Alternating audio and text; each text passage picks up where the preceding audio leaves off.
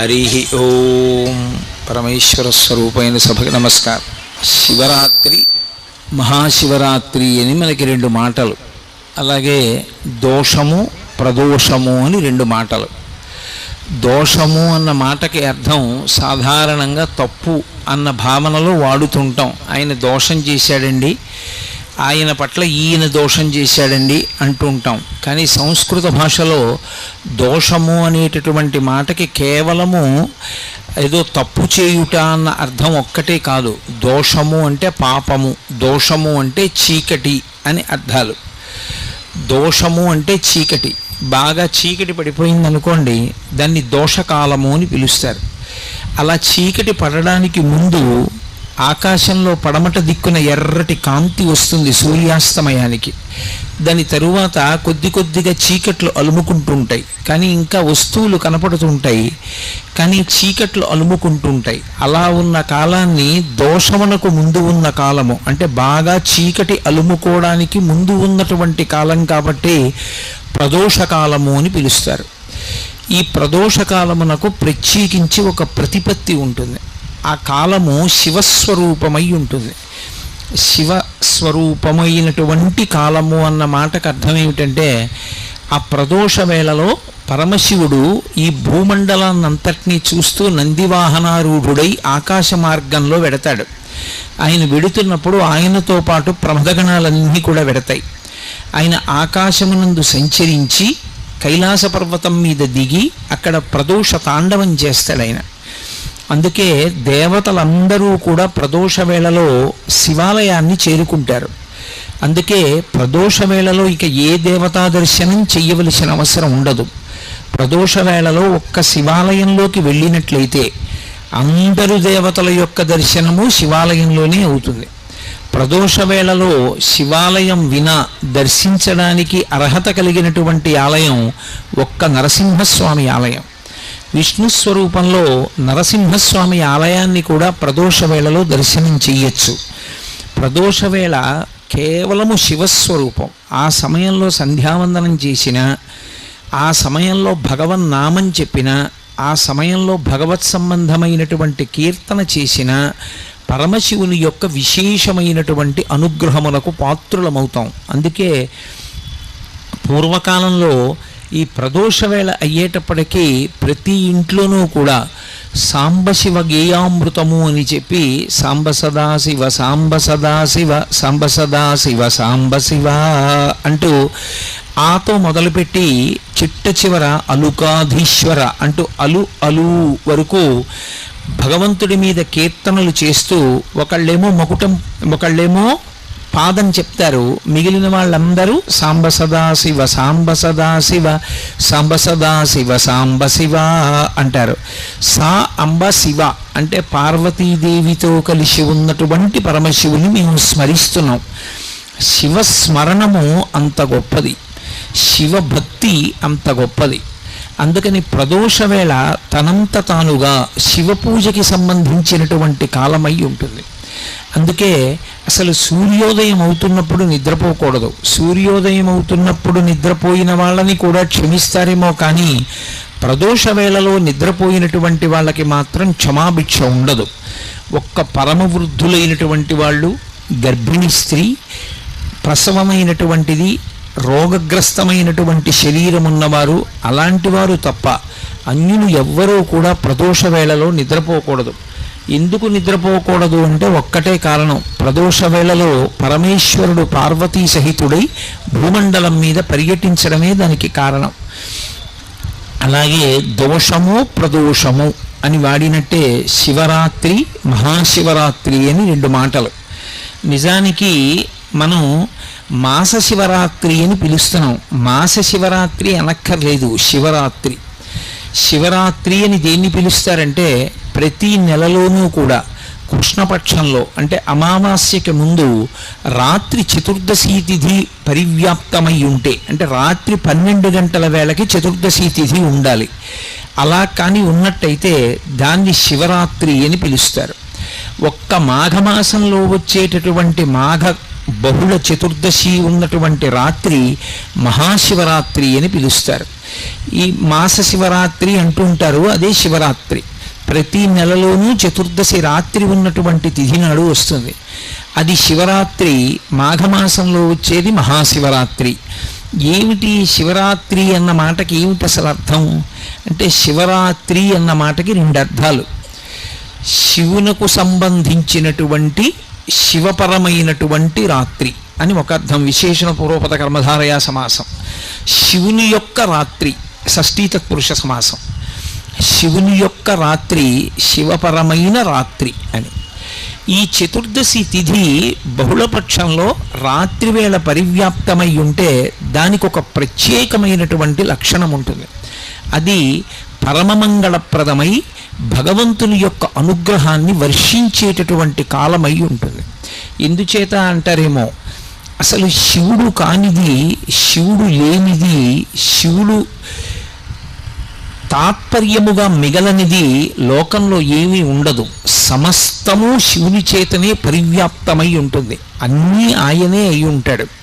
అన్నీ ఆయనే అయి ఉన్నటువంటి శివుడు ఏదైనా ఇవ్వగలడు. ఆయన ఏదైనా ఇవ్వగలడు. ఏదైనా ఇవ్వడానికి నేను ఇది చేస్తేనే ఇస్తాననేటటువంటి నియమము పెట్టేవాడు కాడు. అందుకే శివ సంబంధంలో 3 మాటలు వాడతారు. ఒకటి ఆయన శివుడు, 2 సజ్జోజాత ముఖము ఉన్నవాడు, 3 అసుతోషుడు. ఈ 3 మాటలు అర్థమైతే అసలు మహాశివరాత్రి అనేటటువంటి తిథికి ఉన్నటువంటి విశేషం ఏమిటో అర్థమవుతుంది. ఆయన శివుడు.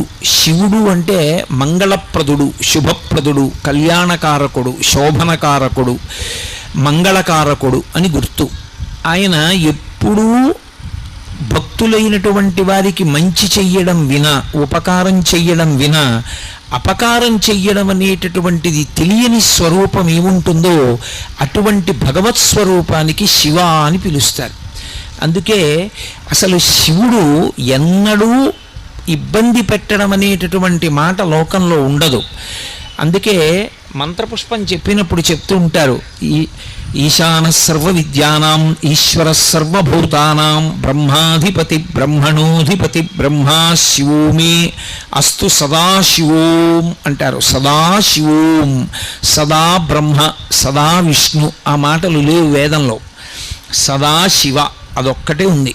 సదాశివుడు అని పేరు పెట్టుకుంటూ ఉంటారు. ఆయన పేరు సదాశివరావు గారండి అంటుంటారు. సదాశివ అంటే సదా అంటే ఎల్లప్పుడూ ఆయన శివుడు. శివుడు అంటే మంగళప్రదుడు.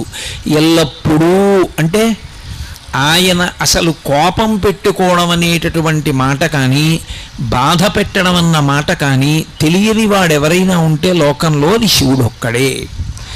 ఆయనకి అసలు బాధ పెట్టడం అనేటటువంటి మాట ఆయన యొక్క చరిత్రలో, ఆయన యొక్క జీవితంలో, ఆయన యొక్క అనుగ్రహ ప్రధాన విశేషమునందు ఎక్కడా కనపడదు. ఎంత దోషభూయిష్టమైనటువంటి జీవితం ఉన్నవాడైనా సరే ఒక్కసారి వెళ్ళి శివ అని పిలిచినంత మాత్రం చేత ఆయన వెంటనే అనుగ్రహిస్తాడు.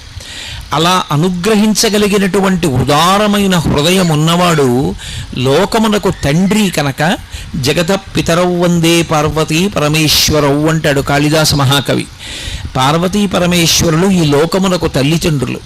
తండ్రి అయిన కారణం చేత ఆయన యొక్క హృదయము ఎల్లవేళలా కూడా కారుణ్యముతో నిండిపోయి ఉంటుంది, దయతో.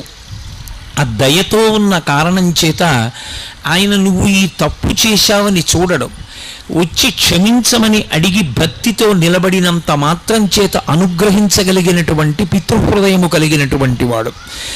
అలా అనుగ్రహించగలిగినటువంటి స్వరూపమై ఆయన శివుడై ఉంటాడు. శివ అన్న శబ్దానికి అర్థం ఏమిటంటే మంగళప్రదత్వము చేత శివం సుందరం సత్యం. సత్యం శివం సుందరం అని మనం మాట మాట్లాడుతుంటాం ఇప్పుడు.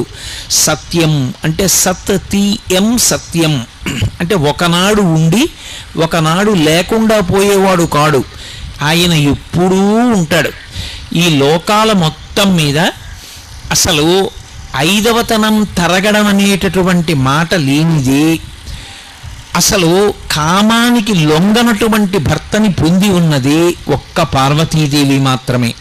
లోకంలో ఏ స్త్రీకైనా ఎప్పుడైనా 5వ తనానికి ఇబ్బంది రావచ్చు, లేదా ఆమె వెళ్ళిపోయిన తరువాత అయినా భర్త వెళ్ళిపోతాడు కొంతకాలానికి.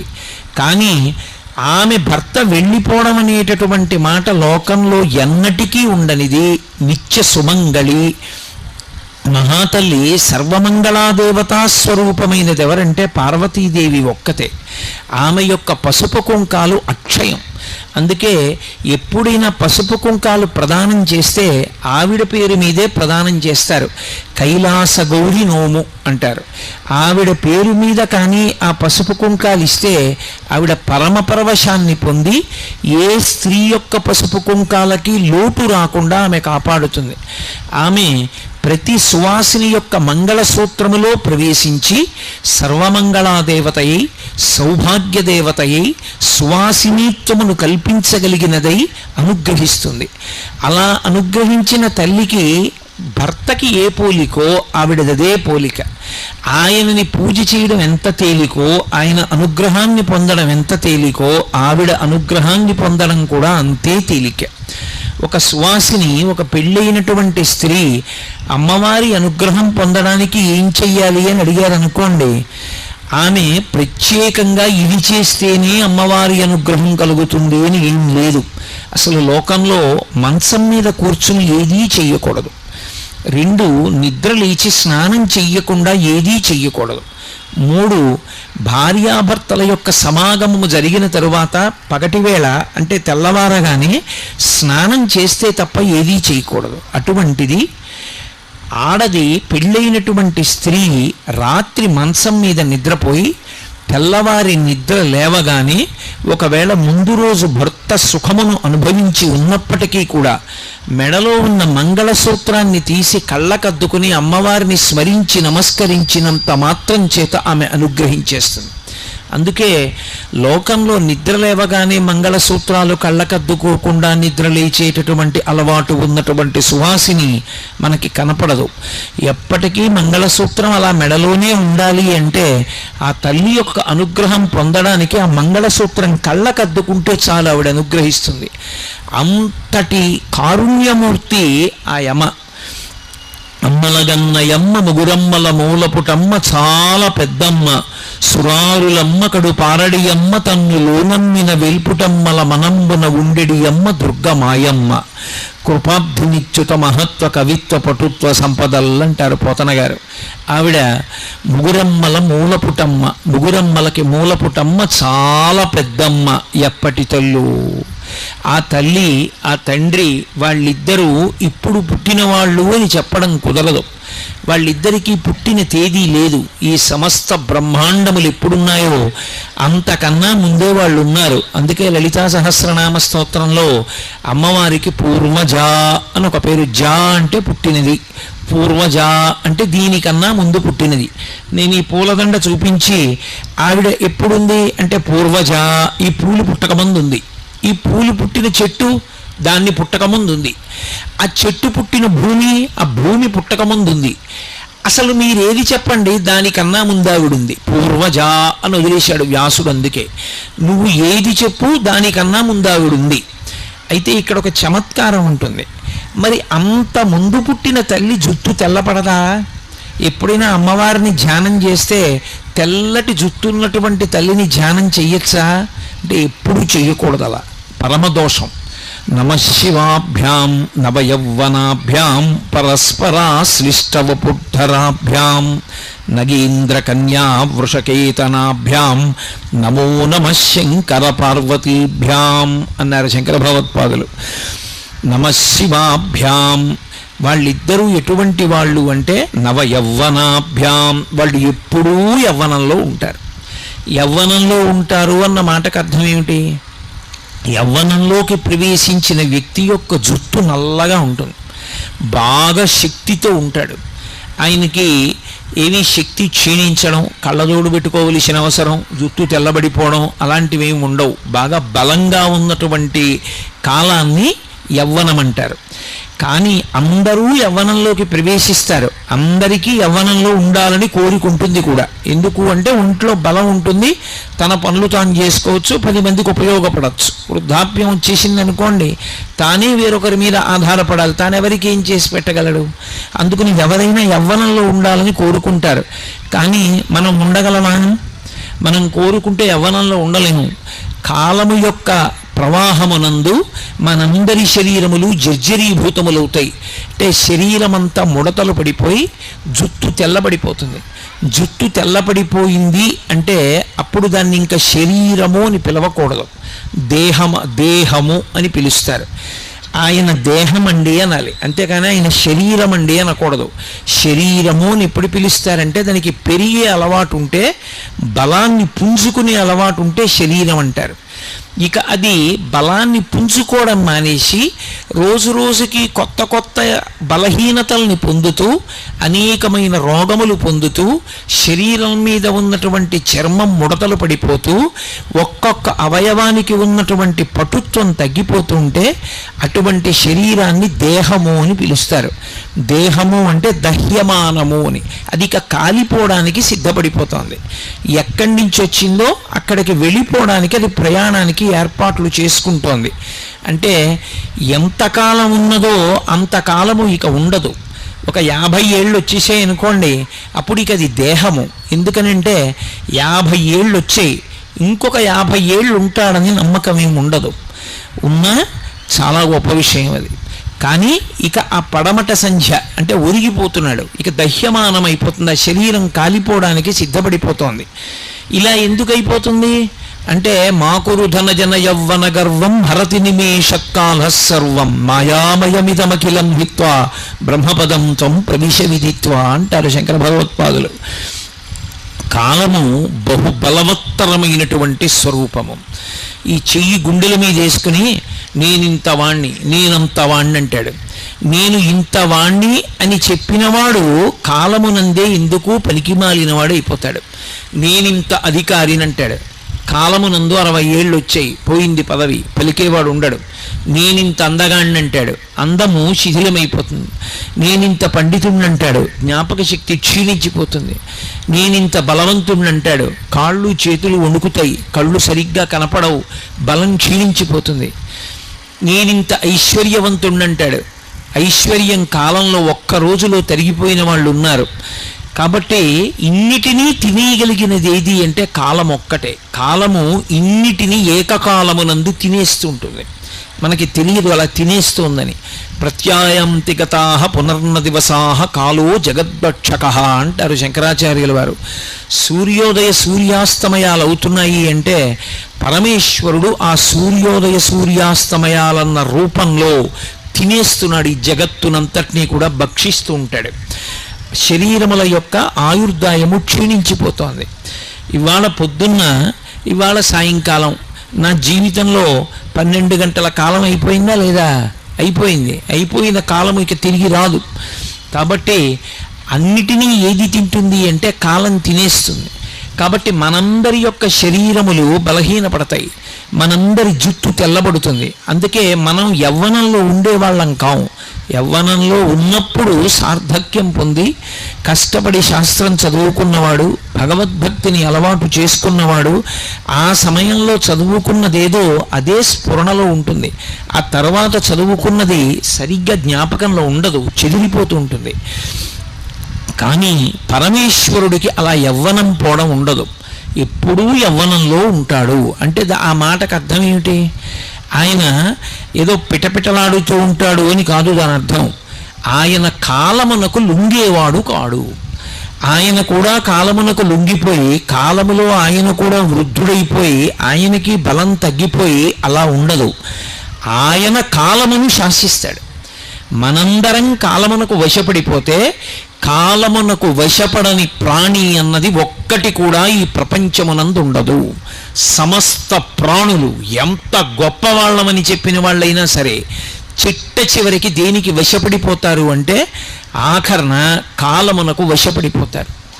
ఆ కాలమునకు వశపడిపోయి అంత దీనమైనటువంటి స్థితిలో శరీరాన్ని విడిచిపెట్టేస్తారు. అంతకుముందు అబ్బా అనిపించుకున్న వాళ్ళు ఒకసారి కాలమునకు వశపడితే అబ్బబ్బా అనిపించుకుంటారు. ఒకప్పుడు మహానటి అని పిలిపించుకుంది సావిత్రి. మహాతల్లి ఎన్ని అద్భుతమైనటువంటి పాత్రలు పోషించిందో. అటువంటి ఆవిడ ఒకప్పుడు 505 రోజుల పాటు కోమాలో ఉండిపోయింది. ఆవిడ శరీరం వెళ్ళిపోయేటప్పటికి, ఆవిడ ప్రాణం విడిచిపెట్టేటప్పటికే పుర్రే ఎముకలు తప్ప ఏమీ లేవు. ఆవిడనెవరూ గుర్తుపట్టలేరు. కాలము తినేసింది శరీరాన్ని. అన్ని ప్రాణులు నేను ఎంత గొప్పవాణ్ణని గుండెలు బాదుకున్నవాడైనా చిట్ట చివరికి గెలవలేనిదేది అంటే కాలమును గెలవలేడు. కాలము భయకారకము. బాగా జ్ఞాపకం పెట్టుకోండి నేను చెప్పే విషయం. కాలము భయమునకు హేతువై ఉంటుంది. ఎందుచేత అంటే రోజులు వెళ్ళిపోతున్నాయన్న దగ్గర నుంచి కూడా భయం దేనికి అంటే, ఒకటి ఉన్నది పోతుందేమోనన్న భయం లోకానికి, 2 నేను అనుకున్నది రాదేమోనని భయం, 3 తానుండనేమోనని భయం. 3 భయముల చేత ఎప్పుడూ వశుడై ఉంటాడు. ఈ 3 భయములు ఎందుకు ఏర్పడతాయి అంటే, మన శరీరమునందు 3 లక్షణములు ఉంటాయి. కార్మిక మలము, మాయిక మలము, ఆణవ మలము అని 3 మలములు ఉంటాయి. ఈ శరీరం అంతా మలసంఘాతము అంటుంది వేదాంతం. మలము అంటే మనం తెల్లవారుజామున పొద్దున్నే విసర్జించేటటువంటి మలం ఎటువంటిదో, ఈ శరీరం అంతా కూడా మలముతో కూడి ఉంటుంది. దీన్ని 3 రకములైన మలముల చేత తయారు చేయబడుతుంది ఈ శరీరం. ఆణవ మలము అంటారు. ఆణవ మలము అంటే పంచభూతములలో ఉండేటటువంటి అణువులు తీసి ఈశ్వరుడు దీన్ని తయారు చేస్తాడు. ఇందులో కొంత పృథివిని పెడతాడు. పృథివీ అంటే మట్టి. ఎంత స్నానం చెయ్యండి, కొద్దిగా నీటి చుక్క వేసి ఇలా అంటే అందులోంచి మట్టి వస్తుంది. ఈ శరీరంలో మట్టి ఉంటుంది. ఎముకలన్నీ సున్నం. సున్నం అంటే మట్టే. ఎముకలు సున్నంతో తయారు చేయబడతాయి. అందుకే ఎముకలకి బలహీనత వస్తే కాల్షియం ట్యాబ్లెట్లు ఇస్తారు. కాల్షియం అంటే సున్నం. కాబట్టి ఇది మట్టి ఉంటుంది ఇందులో. ఆణవ మలము, పృథివిలో ఉన్న మట్టి ఇందులో కలుస్తుంది. అలాగే జలము, బయట ఉన్నటువంటి నీరు ఇందులో కూడా కొంత ఉండాలి. ఇందులో నీరు పూర్తిగా అయిపోయిందనుకోండి, పడిపోతుంది శరీరం. డీహైడ్రేషన్ వచ్చిందంటారు. లోపల నీరు నిలబడకపోతే శరీరం పడిపోతుంది. వాయువు, బయట గాలి ఎలా ఉంటుందో అలా ఇది కూడా గాలి పుచ్చుకోవాలి, గాలి వదిలిపెట్టాలి. గాలి పుచ్చుకోకపోయినా, గాలి వదిలిపెట్టకపోయినా వెళ్ళిపోయాడంటారు. అలాగే అగ్ని, బయట వేడిగా ఉంటుంది, ఇందులో కూడా ఎప్పుడు ఒకే వేడి ఉండాలి. అంతకన్నా తక్కువ వస్తే చెమటలు పట్టేస్తుంది, అంతకన్నా ఎక్కువైపోతే జ్వరం వస్తుంది. ఒకే వేడి ఉండాలి, ఇందులో అగ్ని ఉండాలి. పృథివీ, ఆపస్, తేజో, వాయు, ఆకాశము. ఆకాశము అంటే ఇందులో ఎక్కడెక్కడ ఎంతంత ఖాళీ ఉండాలో అంతంత ఖాళీలు ఉండాలి. తేలిగ్గా అర్థం అవ్వాలంటే పరమేశ్వరుడి యొక్క నిర్మాణము అంత అద్భుతంగా ఉంటుంది ఈ శరీరంలో. ఈ ముక్కుకుండేటటువంటి 2 కన్నాలు మూసుకున్నాయనుకోండి పడిశం పట్టి, ఎంత వ్యధపడతాడు ప్రాణి గాలి పీల్చుకోవడానికి, నోటితో పీల్చుకోవడానికి.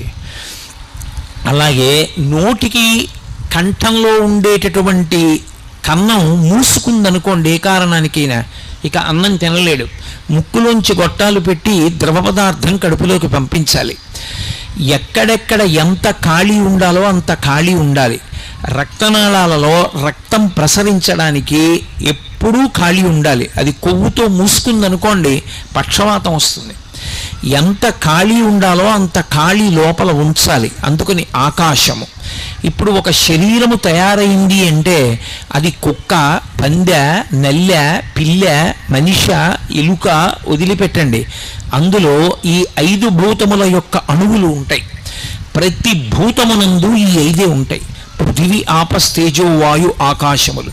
పరమేశ్వరుని యొక్క శరీరము ఈ 5 మలముల చేత, అంటే బయట ఉండేటటువంటి భూతములకు ఉండేటటువంటి మలం దీనికి అంటదు. మలం అని ఎందుకంటారంటే ఇవన్నీ కూడా అపవిత్రమవుతూ ఉంటాయి. భూమి ఉందనుకోండి, ఇప్పుడు మీరు ఇక్కడ ఒక హోమం చేద్దాం అనుకున్నారనుకోండి, చెయ్యకూడదు. ఎందుచేత అంటే మనందరం తొక్కేశాం.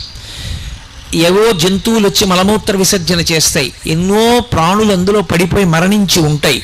ఇప్పుడు నేను మాట్లాడుతుంటే ఆ ధ్వనికి కొన్ని ప్రాణులు పడిపోతాయి. చేయకూడదు. ఆవు పేడ తీసుకొచ్చి శుద్ధి చేస్తేనే చెయ్యాలి.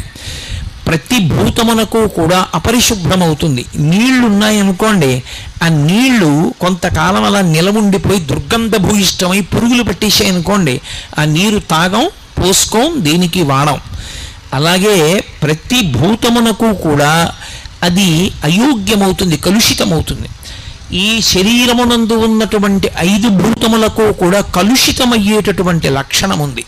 మలము నుండి మలమే వస్తుంది, మలము నుండి కొత్త విషయం రాదు. అందుకే కాసేపు మాట్లాడకుండా కూర్చున్నాను అనుకోండి, ఒక్క 2 గంటలు నోరు దుర్వాసన వస్తుంది, పాచి పడుతుంది లోపల. ఒక్కరోజు పడుకుని నిద్ర లేచాననుకోండి, చెవిలో గులిమి పడుతుంది, ముక్కులో చీమిడి పడుతుంది, శరీరం అంతా చెమట పడుతుంది. అంటే మలమును విడిచిపెడుతూ ఉంటుంది. కానీ పరమేశ్వరుని యొక్క శరీరము అలా తయారు చేయబడదు, దానికి ఆనవ మలం ఉండదు. అంటే భగవంతుని యొక్క శరీరమును తయారు చేసినప్పుడు, తయారు చేయడానికి ఒకడు తయారు చేసిన వాడు ఉంటాడా? ఆయన స్వయంభూ. అటువంటి పరమశివుని యొక్క శరీరము ఈ 5 మలముల చేత తయారు కాదు. అది అప్రాకృత శరీరం తం అతిమన్మథరూపిణం ఘృతరీతి ఘనీభూతం సచ్చిదానంద విగ్రహం అంటాడు లింగ పురాణంలో వ్యాస భగవానుడు. అప్రాకృత శరీరం తం, అది ప్రాకృత శరీరము కాదు, మనలా ఉండదు. పేరుకున్న నెయ్యి ఎలా ఉంటుందో అలా ఉంటుంది. నెయ్యి పేరుకోలేదనుకోండి, దానికి ఏమిటి రూపం అని అడిగారనుకోండి, ఏమిటి రూపం? దానికి ఏం రూపం ఉండదు. తీసుకెళ్ళి ఓ చిన్న గిన్నెలో పోసాను అనుకోండి, గిన్నె రూపాన్ని పొందుతుంది. తీసుకెళ్ళి నేను ఓ గరిటలో పోసాను అనుకోండి, గరిటె రూపాన్ని పొందుతుంది. ఓ చెంచాలో పట్టుకున్నాను అనుకోండి, చెంచా రూపాన్ని పొందుతుంది. నా చేతిలో పోసుకున్నాను అనుకోండి, నా చెయ్యి పట్టినంత దొప్ప రూపాన్ని పొందుతుంది. అసలు దానికి రూపం ఏమి ఉండదు. అదే పేరుకుంటే ఒక రకమైన రంగు, ఒక వాసన అన్నీ తెలుస్తాయి. పేరుకున్న నెయ్యి ఎలా ఉంటుందో అలా రూపము లేనివాడు రూపాన్ని పొందుతాడు. అందుకే పరమశివుడికి 63 మూర్తులు. ఆయనకి అని ఒక రూపం ఉండదు. ఆయన ఎలా కావాలంటే అటువంటి రూపాన్ని పొందుతాడు. అందుకే అప్రాకృత శరీరం తం అతిమన్మథరూపిణం. ఏ రూపం పొందనివ్వండి, 1,000,000 మన్మధులు వచ్చి నిలబడితే ఎలా ఉంటారో అంత అందంగా ఉంటాడు. అతిమన్మథరూపిణం ఘృతరీతి ఘనీభూతం. పేరుకున్న నెయ్యి ఎలా ఉంటుందో అలా ఉంటాడు. సచ్చిదానంద విగ్రహం. మనం కాసేపు నవ్వుతాం, కాసేపు ఏడుస్తాం. ఆయన అలా కాదు, సత్ చిత్ ఆనంద రూపుడు. ఎప్పుడు పరమానందంతో పరమ సంతోషంగా ఉంటాడు. అందుకే ఆయనకి ఆణవ మలము లేదు, మనకి ఆణవ మలం ఉన్నది. 2వ మలము మనకి కార్మిక మలము అని ఒక మలం ఉంటుంది. కార్మిక మలము అంటే గత జన్మలలో మనం ఏవో పాపపుణ్యాలు చేశాం. పాపపుణ్యాలు దేంతో చేస్తారు? 3 చేత చేస్తారు ప్రధానంగా. ఒకటి శరీరము చేత. ఈ శరీరంతో నేను చెయ్యకూడని తప్పు ఒకటి చేశాను అనుకోండి, అదొక పాపం. ఏదో నిష్కారణంగా ఎవరినో వెళ్ళి కొట్టాను, నాకు బలం ఉంది కదా అని. ఇప్పుడు అదొక పాపం కింద వేసుకుంటాడు ఈశ్వరుడు. అలాగే మనసు చేత చేసేటటువంటి పాపం. నేను దొంగతనం చెయ్యక్కర్లేదు, నా ఎదురుగుండా ఉన్న వాళ్ళ మెళ్ళో ఉన్నటువంటి ఓ చంద్రహారం చూసి అబ్బా అది తీసి నేను వేసేసుకుంటే నాకు వచ్చేస్తే అనుకున్నాను అనుకోండి, అప్పుడు అది పాపమే, మనసుతో చేసింది. 3 వాచిక, నోటితో చేసేది. నోరుంది కదా అని అక్కరలేని మాటలన్నీ మాట్లాడడం, పెద్దల్ని అధిక్షేపించడం, ఇతరులు బాధపడేటటువంటి మాటలు మాట్లాడడం, అవన్నీ కూడా వాచికమైనటువంటి పాపములు. ఈ 3 రకములైన పాపములు ఎలా ఉంటాయో పుణ్యములు కూడా అలా ఉంటాయి. ఈ శరీరంతో ఎప్పుడో గుడి చుట్టూ ప్రదక్షిణం చేసి ఉండొచ్చు, ఈ చేత్తో 2 పువ్వులు వేసి ఉండొచ్చు, ఈ 2 చేతులతో ఎవరో మహాత్ములకి త్రికరణ శుద్ధిగా ఇలా నమస్కరించి ఉండవచ్చు. ఆ కారణము చేత కొంత పుణ్యం ఉంటుంది. ఆ పుణ్యం అనుభవించవలసి వచ్చినప్పుడు సుఖంగా ఉంటుంది. పరమేశ్వరుడు సుఖము అన్న మాట ప్రవేశపెడతాడు. పాపం అనుభవంలోకి వస్తే దుఃఖము అనిపిస్తుంది. ఓ రోజు బాగుంటాడు, ఓ రోజు జ్వరం వస్తుంది. జ్వరం వస్తే దుఃఖం, బాగుంటే సుఖం. సుఖ దుఃఖములు పాపపుణ్యముల వలన వస్తాయి. భగవంతుడు ఎందుకు రూపం తీసుకుంటాడు? మనం వచ్చామంటే ఈ శరీరంతో పాపపుణ్యముల యొక్క ఫలితమైన సుఖ దుఃఖములను అనుభవించడానికే వస్తాం. బాగా జ్ఞాపకం పెట్టుకోండి. మీరు ఒక మాట నేను చెప్తాను. సినిమా హాల్లో ఒక ఆయన కూర్చుని ఉన్నాడు అనుకోండి, ఏమిటండి ఇలా వచ్చారు, ఏం చేద్దామని వచ్చారని అడిగారు అనుకోండి, ఆయన ఏమంటాడు, నీకు బుద్ధి ఉందా లేదా, సినిమాకి ఎందుకు వస్తారు, సినిమా చూడడానికి వస్తారు. ఒక ఆయన విస్తర దగ్గర భోజనం చేయడానికి కూర్చున్నాడు అనుకోండి, ఏమిటంటే ఇలా వచ్చి కూర్చున్నారు అని అడిగారు అనుకోండి, నీకు బుర్ర ఉందా, ఎందుకు వస్తారయ్యా విస్తర దగ్గర కూర్చోడానికి? భోజనం చేయడానికి వచ్చాను. కొన్ని అడగక్కర్లేదు, అలా వచ్చాడు అంటే దాని కొరకు వచ్చాడు, తెలిసిపోతుందా? తెలిసిపోదా? గుడికి వచ్చి మౌనంగా కూర్చున్నాడు అంటే ఏదో ధ్యానం చేసుకుందామని వచ్చాడు. నేను వచ్చాను, ఎందుకు వచ్చాను, ఇక్కడ ఎందుకు కూర్చున్నాను? మీతో పిచ్చాపాటి మాట్లాడడానికే? భగవంతుడి గురించి మాట్లాడడానికి వచ్చాను. ఒక్కొక్కడు కూర్చున్న తీరు బట్టి వాడు ఎందుకు వచ్చాడో తెలిసిపోతుంది. మనుష్యుడు మానవ శరీరంతో మనం వచ్చామనుకోండి, దానికి 3 లక్షణాలు ఉన్నాయి అని గుర్తు. మనువు యొక్క సంతతిగా మనం వచ్చాం. మనందరికీ మొదటివాడెవరంటే మనువు. మనువు యొక్క సంతతి కాబట్టి మనకి మానవ అని పేరు. 2 మర్త్యుడు అని పేరు. మర్త్యుడు అంటే ఈ శరీరముతో వచ్చినవాడు ఈ శరీరముతో ఎల్లకాలము ఉండడు. ఎప్పుడో అప్పుడు ఆ శరీరం పడిపోయి తీరుతుంది, అది వెళ్ళిపోతుంది, ఆ శరీరం ఉండదు. శరీరము నీటి మీద బుడగ వంటిది. నలినీదళగత జలమతి తరళం తత్వజీవితమతి చయచఫలం విద్దివ్యాద్యభిమానగ్రస్తం లోకం శోకచ హంత సమస్తం అంటారు శంకర భగవత్పాదులు. తామరాకు మీద నీటి బొట్టిటువంటిదో శరీరం అటువంటిది. నిత్యమా జీవితము నీటిపై బుగ్గ అంటారు సారంగధర చరిత్రలో. నీటి మీద బుడగ ఎంతసేపు ఉంటుందో రంగురంగులుగా ఉంటుంది. ఎంతసేపు ఉంటుంది, ఎప్పుడు టొప్పని పేలిపోతుందో తెలియదు. శరీరం ఎంతకాలం ఉంటుంది ఎవ్వరికీ తెలియదు. మర్త్యుడు, శరీరము వెళ్ళిపోతుంది. 3 మనుష్య శరీరంలో వచ్చావు అంటే ఒకటి గుర్తు పెట్టుకోవాలి, దుఃఖం ఉండి తీరుతుంది, సుఖం ఉండి తీరుతుంది. కొంతమంది అంటారు, ఏమండి మీరు అలా అంటున్నారు కానీ మాకు ఎప్పుడూ కష్టాలేనండి అంటారు. రామాయణంలో సీతమ్మ తల్లి ఒక మాట ఉంది, కళ్యాణీ గతబాదేయం లౌకికీ ప్రతిభాతిమా ఏతి జీవంతి మానందో నరం వర్ష శతాదపి అంది. ఎన్ని కష్టాలు పడినవాడైనా సరే 100 సంవత్సరములు ఓర్పుతో కలియుగంలో ఆయుర్దాయం కనుక 100 ఏళ్ళు బ్రతికితే వాడు ఎప్పుడో అప్పుడు చిట్ట చివర ప్రాణం పోయేటప్పుడైనా శుభవార్త విని సుఖాన్ని పొంది మరణిస్తాడు. ఈ శరీరంతో వచ్చాము అంటే సుఖము దుఃఖము 2 ఉంటాయి. పూర్తిగా సుఖమే అనుభవించాలి, ఈ శరీరం ఇవ్వరు, దేవతల కింద పంపిస్తారు. అప్పుడు వాడు సుఖం ఒక్కటే అనుభవిస్తాడు, దుఃఖం అనుభవించాడు. కేవలం దుఃఖం అనుభవించాలి, తిరియక్కుగా పంపిస్తారు, వెన్నుపాము అడ్డంగా ఉన్న ప్రాణిగా పంపిస్తారు. కాదు, సుఖము దుఃఖము 2 అనుభవించాలి, మనుష్య శరీరం ఇచ్చి పంపిస్తారు. అందుకే మనుష్యునిగా పుట్టినటువంటి ఏ ఒక్కనికి కూడా సుఖము దుఃఖము 2 లేకుండా కేవలము సుఖములు కానీ కేవల దుఃఖము కానీ ఉండవు. ఎప్పుడూ అప్పుడు సుఖము దుఃఖము 2 ఉంటాయి, 2 అనుభవిస్తాడు. అంతేగాని ఏమండి నాకు అస్సలు కష్టం రాకూడదు అన్న మాట అనకూడదు. ఎందుకో తెలుసా? కష్టాన్ని అనుభవించడం అనేటటువంటి దానివల్ల భగవంతుడు ఒక్క గొప్ప అనుగ్రహాన్ని ఇస్తాడు మనకి. అందుకు ఇస్తాడు ఈ శరీరాన్ని. అది శివుడు చేసేటటువంటి ఉపకారం. ఈ శరీరం ఇచ్చి ఆయన ఒక మహోపకారం చేస్తాడు. ఏమిటా ఉపకారం? నాకు ఈ మధ్య ఓ 10 రోజుల క్రితం ఓ 4 రోజులు జ్వరం వచ్చింది. 4 రోజులు జ్వరం వచ్చిందని గుండెలు బాధేసుకోకూడదు. జ్వరం వచ్చింది అంటే జ్వరము అన్న పేరుతో బాధ పెట్టి నేను గత జన్మలలో ఎప్పుడో ఎవరో విపరీతమైనటువంటి తాపం పొందేటట్టుగా మాట్లాడి బాధ పెట్టాను. ఆ పెట్టినటువంటి బాధని పాపాన్ని ఇవాళ జ్వరం రూపంలో ఈశ్వరుడు తీసేశాడు. ఈశ్వర, నేను ఏనాడో చేశాను తప్పు, ఇప్పుడు తీసేశావు జ్వరం రూపంలో. 4 రోజులు జ్వరం అనుభవించడం ఇంత కష్టమైతే ఇంకొకటి మనసు బాధపడేటట్టు నేను మాట్లాడకుండా నన్ను అనుగ్రహించు, నా మాట అదుపులో ఉండేటట్టు నన్ను రక్షించు అని నేను చెప్పుకోవాలి. అంతేగాని జ్వరం వచ్చిందండి అని గుడ్డలు బాధేసుకోక్కర్లేదు. అదే అంటుంది భారతంలో కుంతీదేవి, కష్టం రాకుండా ఎవడూ ఉండడు, వచ్చిన కష్టాన్ని పరమేశ్వరుడు యొక్క ప్రసాదమన్న బుద్ధితో అనుభవించడం నేర్చుకోగలగాలి. ఈశ్వరుడి పాదాలు విడిచిపెట్టేస్తే ఏమొస్తుంది? ఈశ్వర, ఎప్పుడో తప్పు చేశాను, మీరు కష్టం ఇచ్చారు, కానీ ఓర్చుకోలేను తండ్రి, ఇప్పుడు బుద్ధి వచ్చింది, ఇంత కష్టపెట్టకండి అంటే నమశివాభ్యాం అశుభాపహాభ్యాం, అంత కష్టపెట్టంలేరా, తక్కువ కష్టంతో తీసేస్తాను ఈ పాపం అని పాము కరవవలసిన వాడిని చీమచేత కరిపించి తీసేస్తాడు ఆయన. కాబట్టి భగవంతుని యందు భక్తి ఎన్నడూ విడిచిపెట్టకూడదు. అలా విడిచిపెట్టకుండా నిలబడగలిగిన వాడెవడో వాడి భక్తి పండినటువంటి భక్తి.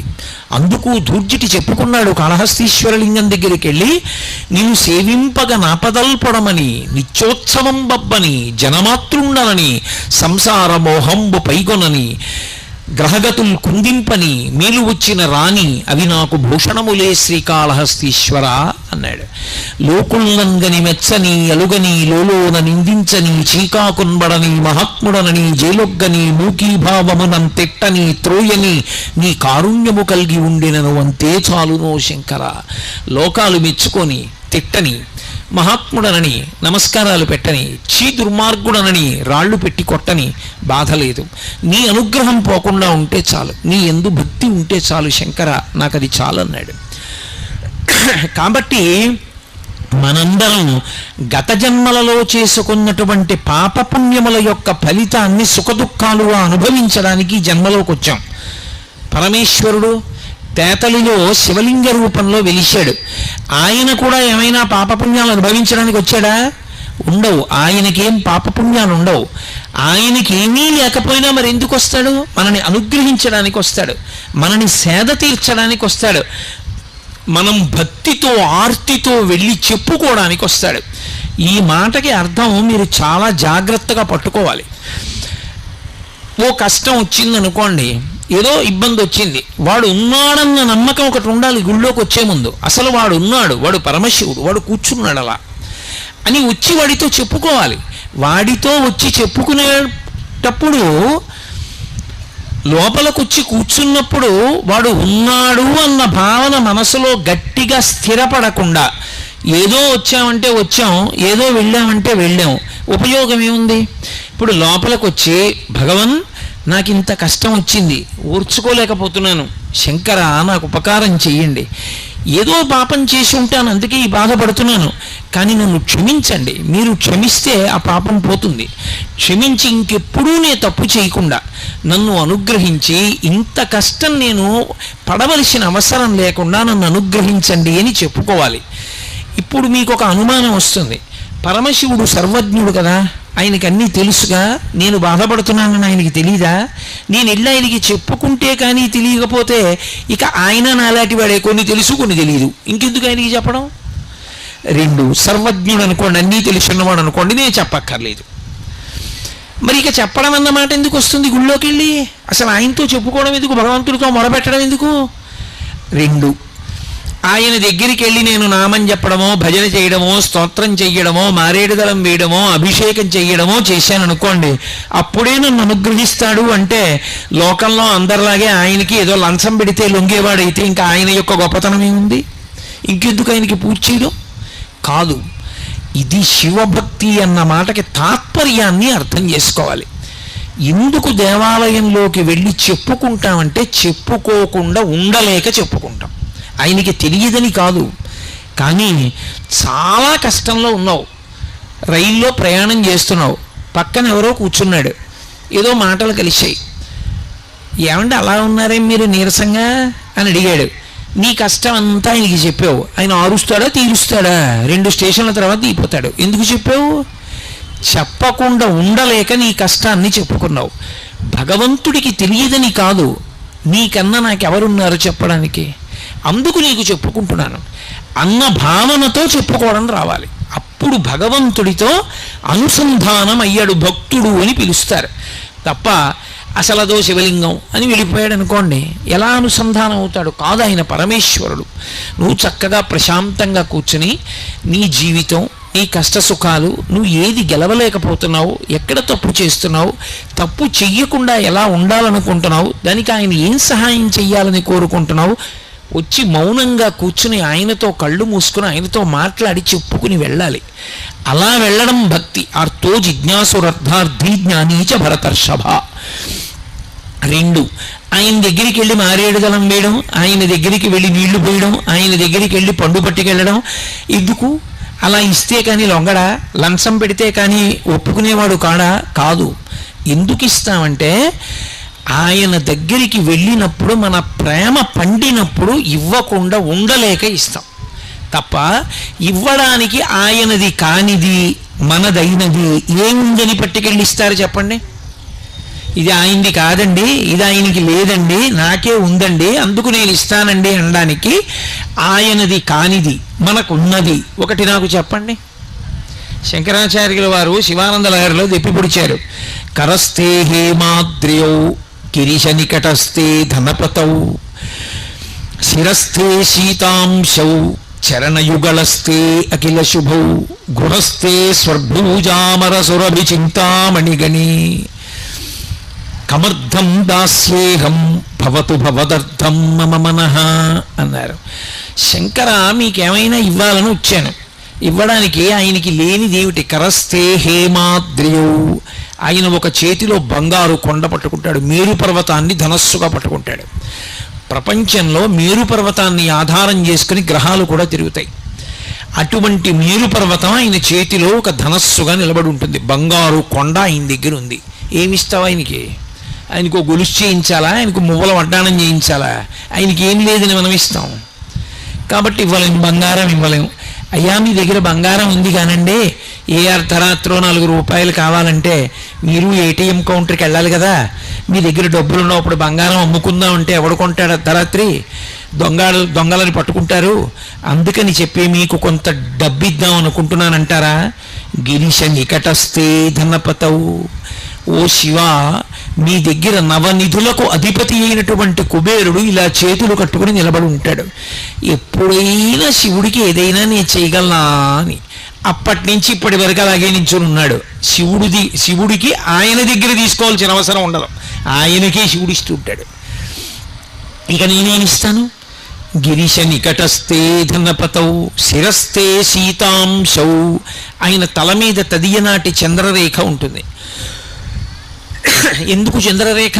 అందరిలా చక్కగా ఏదో మణో ఓ తురాయో పెట్టుకోకూడదు. ఏమిటి చంద్రరేఖ పెట్టుకోవడం ఎందుకు అంటే, చంద్రరేఖ దేనికి గుర్తు అంటే తరిగిపోతూ ఉన్నటువంటి కాలానికి గుర్తు. మనం చాంద్రమానము అని పిలుస్తాం, రోజు తిథి చెప్తాం. ఇవాళ పొద్దున నేను సంధ్యావందనం చేసుకుంటూ మాఘమాసే కృష్ణపక్షే ఏకాదశిమ్యాం అని చెప్పాను, రేపు ద్వాదశిమ్యాం అంటాను, ఎల్లుండి త్రయోదశిమ్యాం అంటాను. ఇలా తిథి చెప్పుకుంటూ వెళ్ళిపోతే అమావాస్య వస్తుంది. తర్వాత కృష్ణపక్షే అన్ను, శుక్లపక్షే అంటాను. శుక్లపక్షంలో చంద్రరేఖలు పెరుగుతాయి, చంద్రకళలు. కృష్ణపక్షంలో తరుగుతాయి. చంద్రకళలు పెరుగుట, చంద్రకళలు తరుగుట అన్న తిథులలో కాలం వెళ్ళిపోతోంది. కాలమునందు మనందరం పడిపోతున్నాం, కానీ వెళ్ళిపోతున్న కాలం అంతా ఆయనకు ఆభరణంగా నిలబడిపోయింది. అది చంద్రరేఖ. ఈ కాలమునందు పడిపోకుండా, కాలమునందు మళ్ళీ పుట్టవలసిన అవసరం లేకుండా, ఈసారి పడిపోవడం ఒక్కటే చిట్ట చివరిసారి పడిపోవడం, ఇక మళ్ళీ పుట్టవలసిన అవసరం ఉండదు. పుట్టి ఉన్నాం కాబట్టి ఇదే ఆఖరిసారి చనిపోవడం. ఇలా చెయ్యగలిగిన వాడెవడు? పరమశివుడు ఒక్కడే. అందుకే పుట్టడానికి కారణమైన మన్మధుణ్ణి కాలుస్తాడు, సావడానికి కారణమైన యముణ్ణి చంపుతాడు. ఈ రెండూ చెయ్యగలిగిన వాడు శివుడు ఒక్కడే. కాబట్టి శివ, మీరు చంద్రరేఖ పెట్టుకుంటారు అంటే ఎవరు మీ పాదములు పట్టుకున్నారో వాడు మళ్ళీ పుట్టవలసిన అవసరం ఉండదు. పునరపి జననం పునరపి మరణం పునరపి జననీ జఠరే శయనం ఇహ సంసారే బహుజుస్తారే కృపయాపారే పాహిమురారే అంటారు. పుట్టుక చావు, పుట్టుక చావు, పుట్టుక చావు. ఇలా పుట్టవలసిన అవసరం లేకుండా మోక్షం ఇవ్వగలిగిన వాడు ఆయన. అటువంటి వాడు కనుక చంద్రరేఖ ధరించి ఉంటాడు.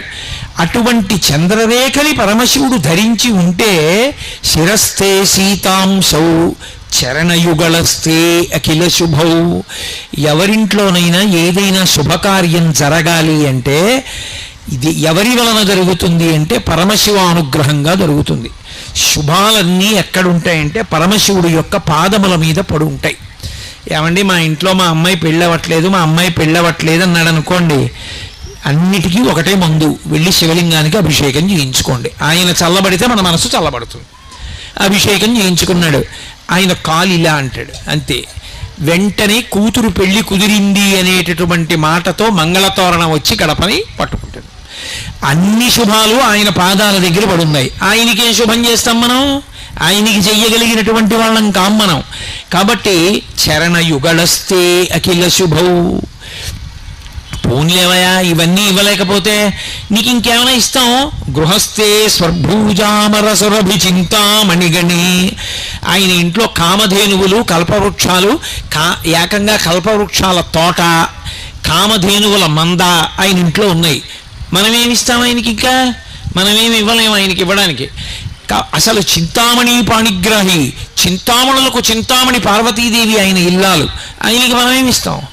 కాబట్టి గృహస్థే స్వర్భూజామరసురభి చింతామణిగణి, అటువంటి వాడికి ఇవ్వడానికి కమర్థం దాస్యేహం, నన్ను ఏమిమ్మంటావు? ఇంకా ఇవ్వడానికి ఏం లేదు, నా దగ్గర ఉన్నది ఒకటే. ఏమిటో తెలుసా? అది నేను నేను నేను అనేది, నీ వాడను కాను కాను అని అడ్డం పడేది నా మనసు ఒకటే. దాన్ని నీకు ఇచ్చేస్తాను, పుచ్చేసుకో. భవతు భవదర్థం మమ మనః, నా మనసుని నీదిగా తీసేసుకో. తీసేసుకుంటే నా మనసు నీదైపోతే ఎప్పుడూ నువ్వు నా మనసులో ఉంటావు, చాలు నాకు. కాబట్టి నా మనసు లొంగట్లేదు, అది నా మాట వింటలేదు, ఎటో పోతోంది అస్తమానం. ఉషే శివుడి పాదాలు పట్టుకోవే అంటే పట్టుకోకుండా అన్ని చోట్ల తిరుగుతోంది. కాబట్టి దీన్ని నువ్వు పుచ్చేసుకో. ఇది నీ మాట వింటే నీ దగ్గర ఉండాలిగా, నీ దగ్గర ఉండట్లా, ఇది తిరుగుతున్న దాన్ని నువ్వు పుచ్చేసుకో. ఎంత భక్తితో ప్రార్థించారో చూడండి. అటువంటి ఆయనకి మనం ఏమి ఇవ్వగలం?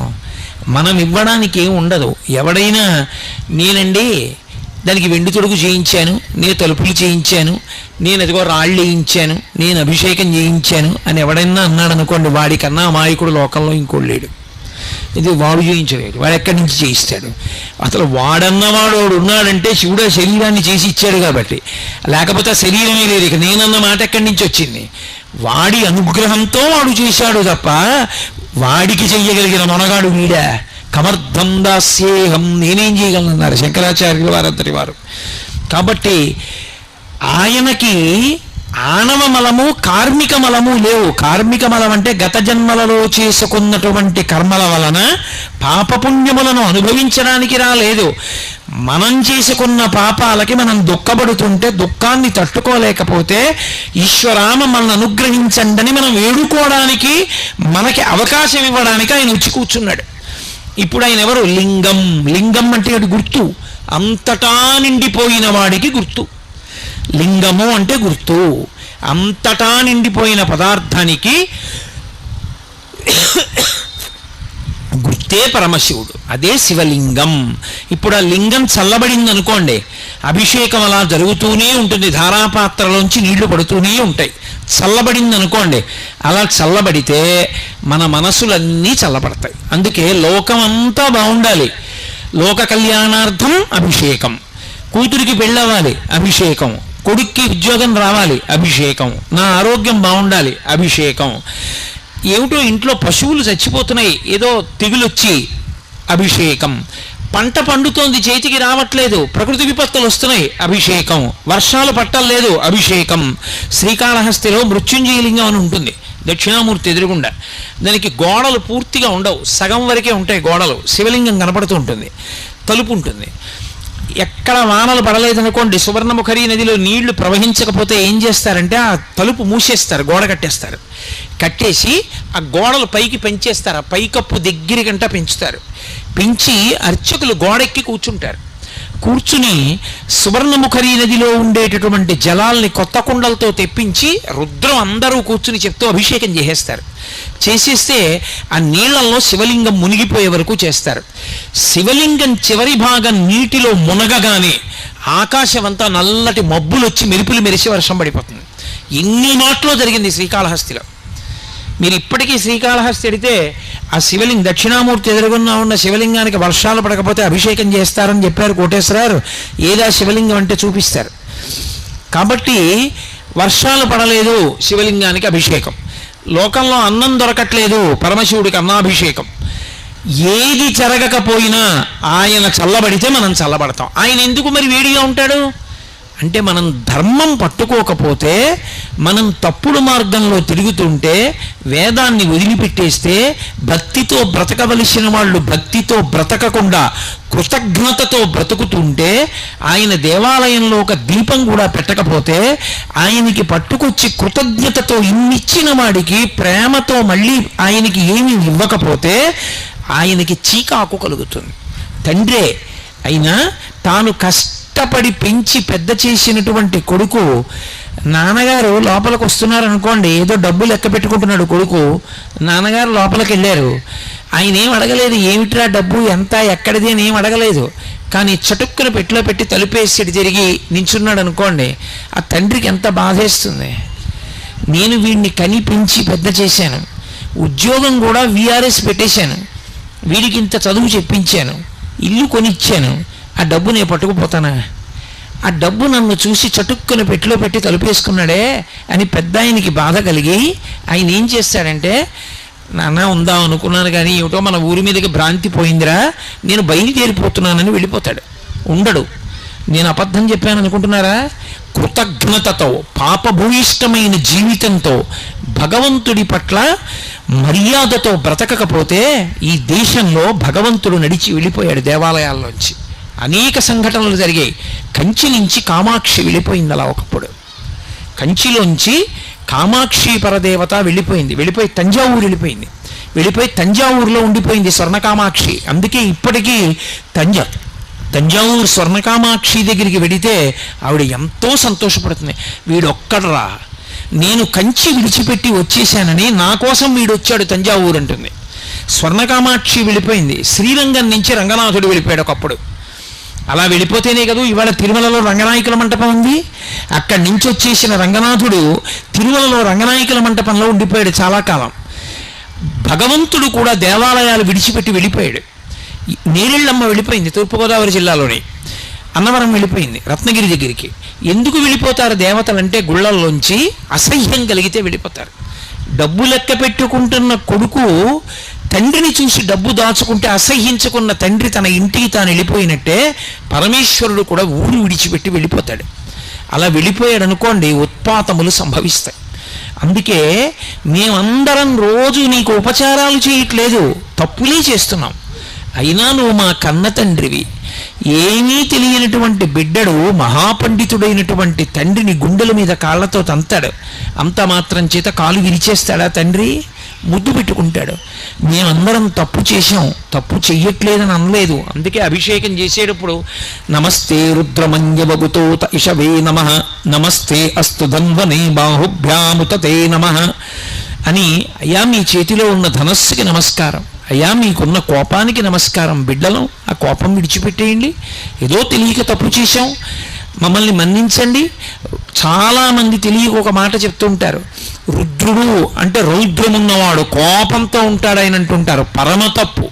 రుద్రుడు అంటే కోపంతో ఉన్నవాడని కాదు అర్థం. రుత్ అంటే వేదం, వేదము చెప్పినటువంటి ధర్మముతో బతకాలనేటటువంటి అనుగ్రహమును కల్పించేవాడెవరో ఆయన శివుడు, ఆయన రుద్రుడు. ఈ మాట కొంచెం జాగ్రత్తగా పట్టుకోవాలి. ఆయనకి పశుపతి అని ఒక పేరు. పశుపతి అంటే పశువులకు పతి. ఎవరు పశువులు? మనందరం పశువులమే, మీరేమనుకోకండి, మనందరం పశువులం. ఎందుకని? పశువు అంటే 3 మాటలు ఉంటాయి.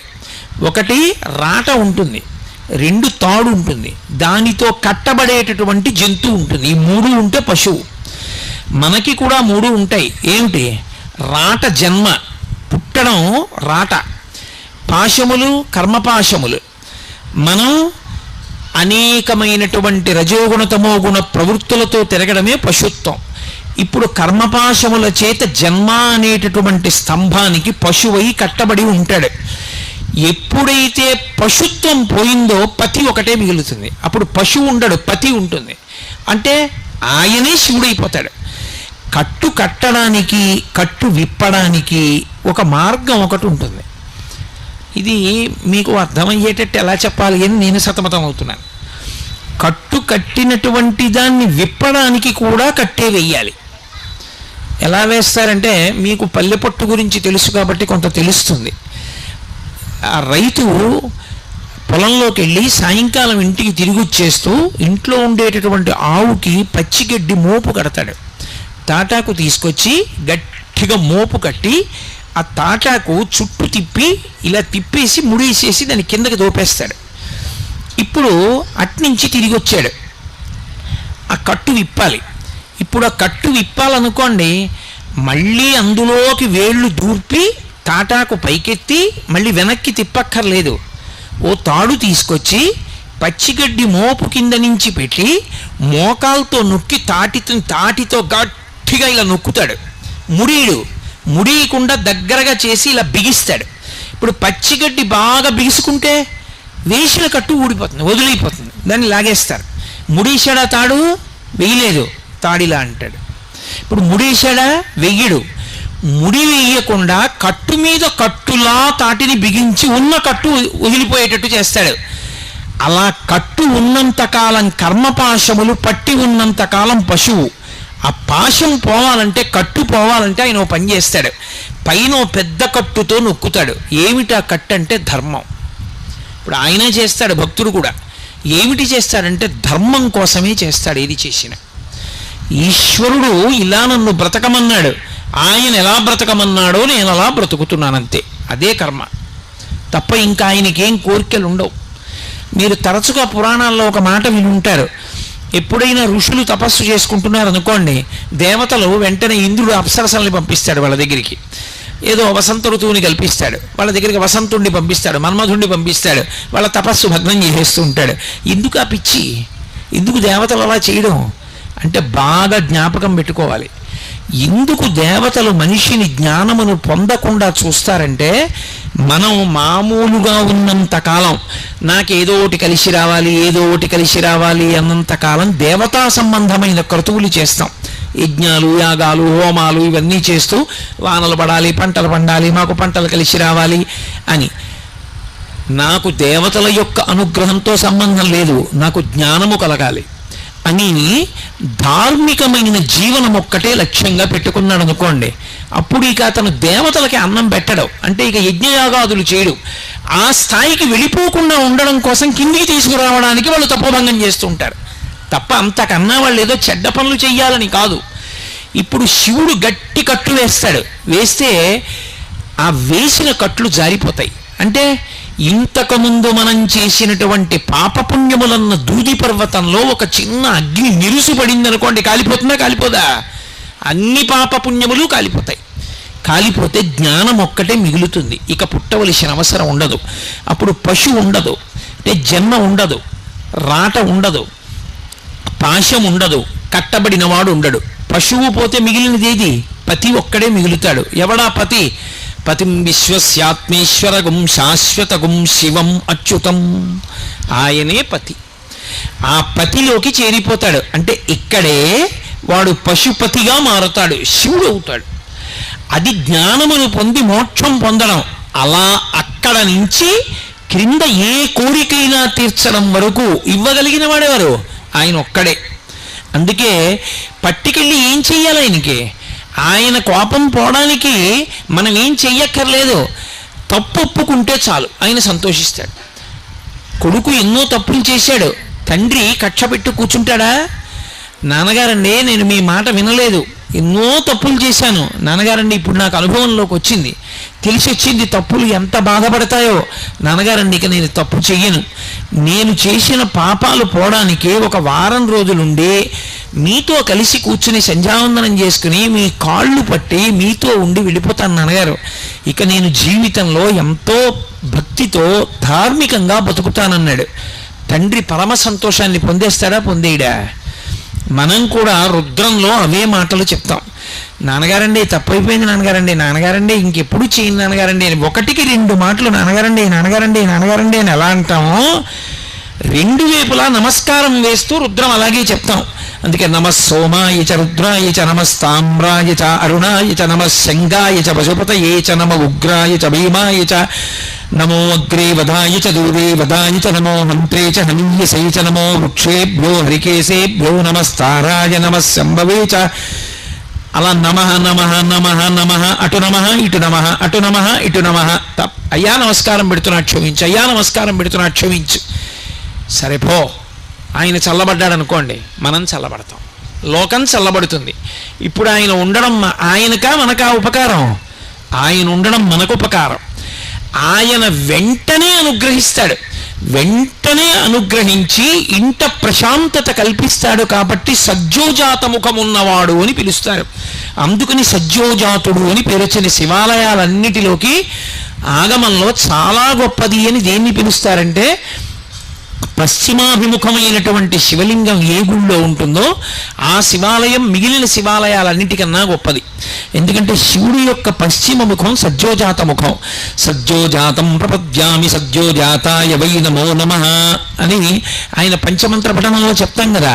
సజ్జోజాతుడు అంటే అప్పటికప్పుడు అక్కడికక్కడ కోరిక తీర్చడానికి వచ్చి కటాక్షించేటటువంటి లక్షణం ఉన్నవాడు.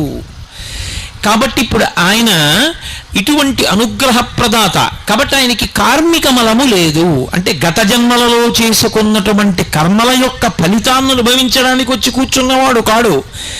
అలాంటి ఫలితాన్ని అనుభవించి మనం బాధపడుతుంటే మన బాధ పోవడానికి మార్గం కల్పించడానికి వచ్చి ఆయన కూర్చున్నాడు. దీనికి కార్మిక మలము లేనివాడు. మూడవది మాయిక మలము అంటారు. మాయిక మలము అంటే మాయ. మాయ అన్న మాటకు అర్థం తేలికగా మీకు అర్థం అవ్వాలంటే నామము రూపము ఈ రెండిటినే మాయ అంటారు. అసలు వస్తువు ఏదో అది కనపడదు, పేరు పెట్టింది ఏదో అదే కనపడుతుంది.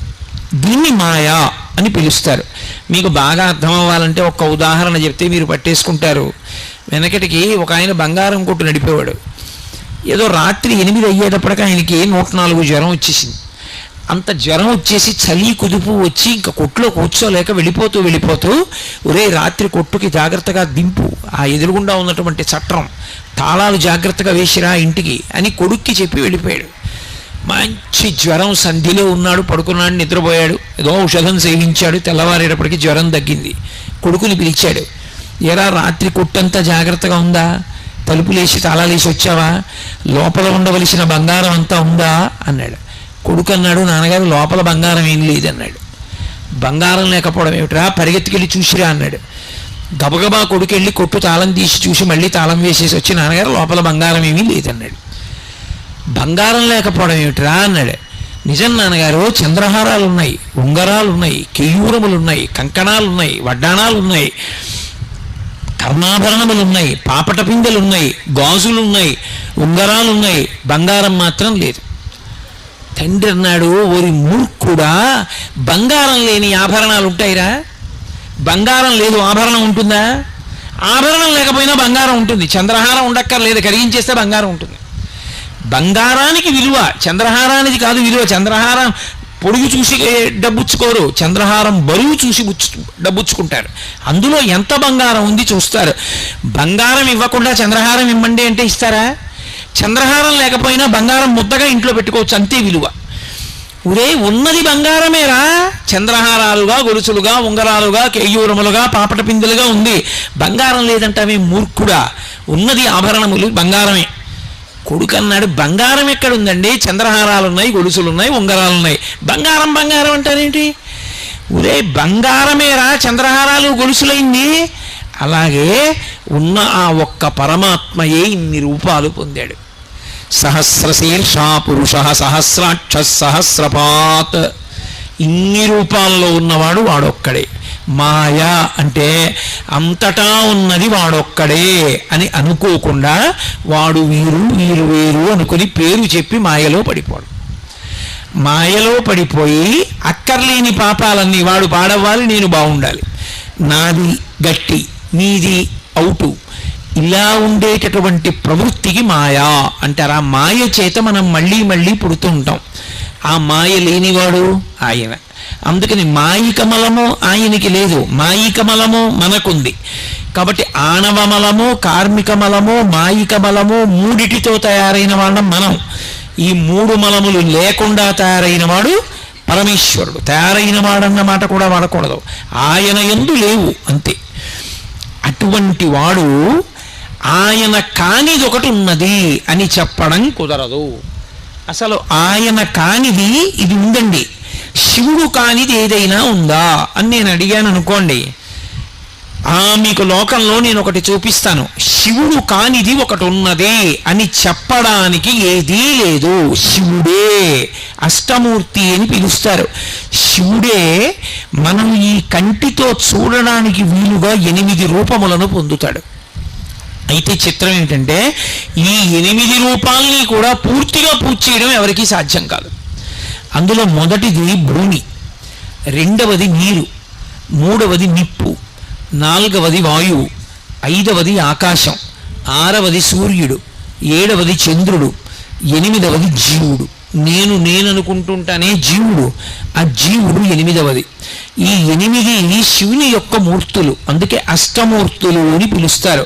భూరంభం శనలో నిరోంబర మహార్నాథో హిమాంసు పుమాన్ ఇత్యాభాతి చరాచరాత్మకమిదం యస్యైవ మూర్త్యష్టకం నాణ్యత్కించన విద్యతే విమృశతాం యస్మాత్ పరస్మాద్ విభో తస్మై శ్రీ గురుమూర్తయే నమ ఇదం శ్రీ దక్షిణామూర్తయే అంటారు శంకర భగవత్పాదులు దక్షిణామూర్తి స్తోత్రంలో.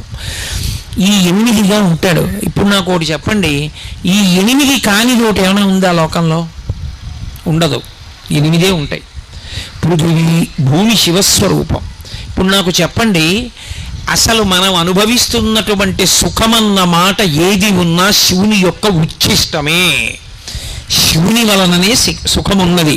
ఈ భూమి లేదు, ఎక్కడ నిలబడతావు? ఈ భూమి లేదు, పంట ఎక్కడి నుంచి వస్తుంది? ఈ భూమి లేదు, ఇల్లు ఎక్కడ కడతావు?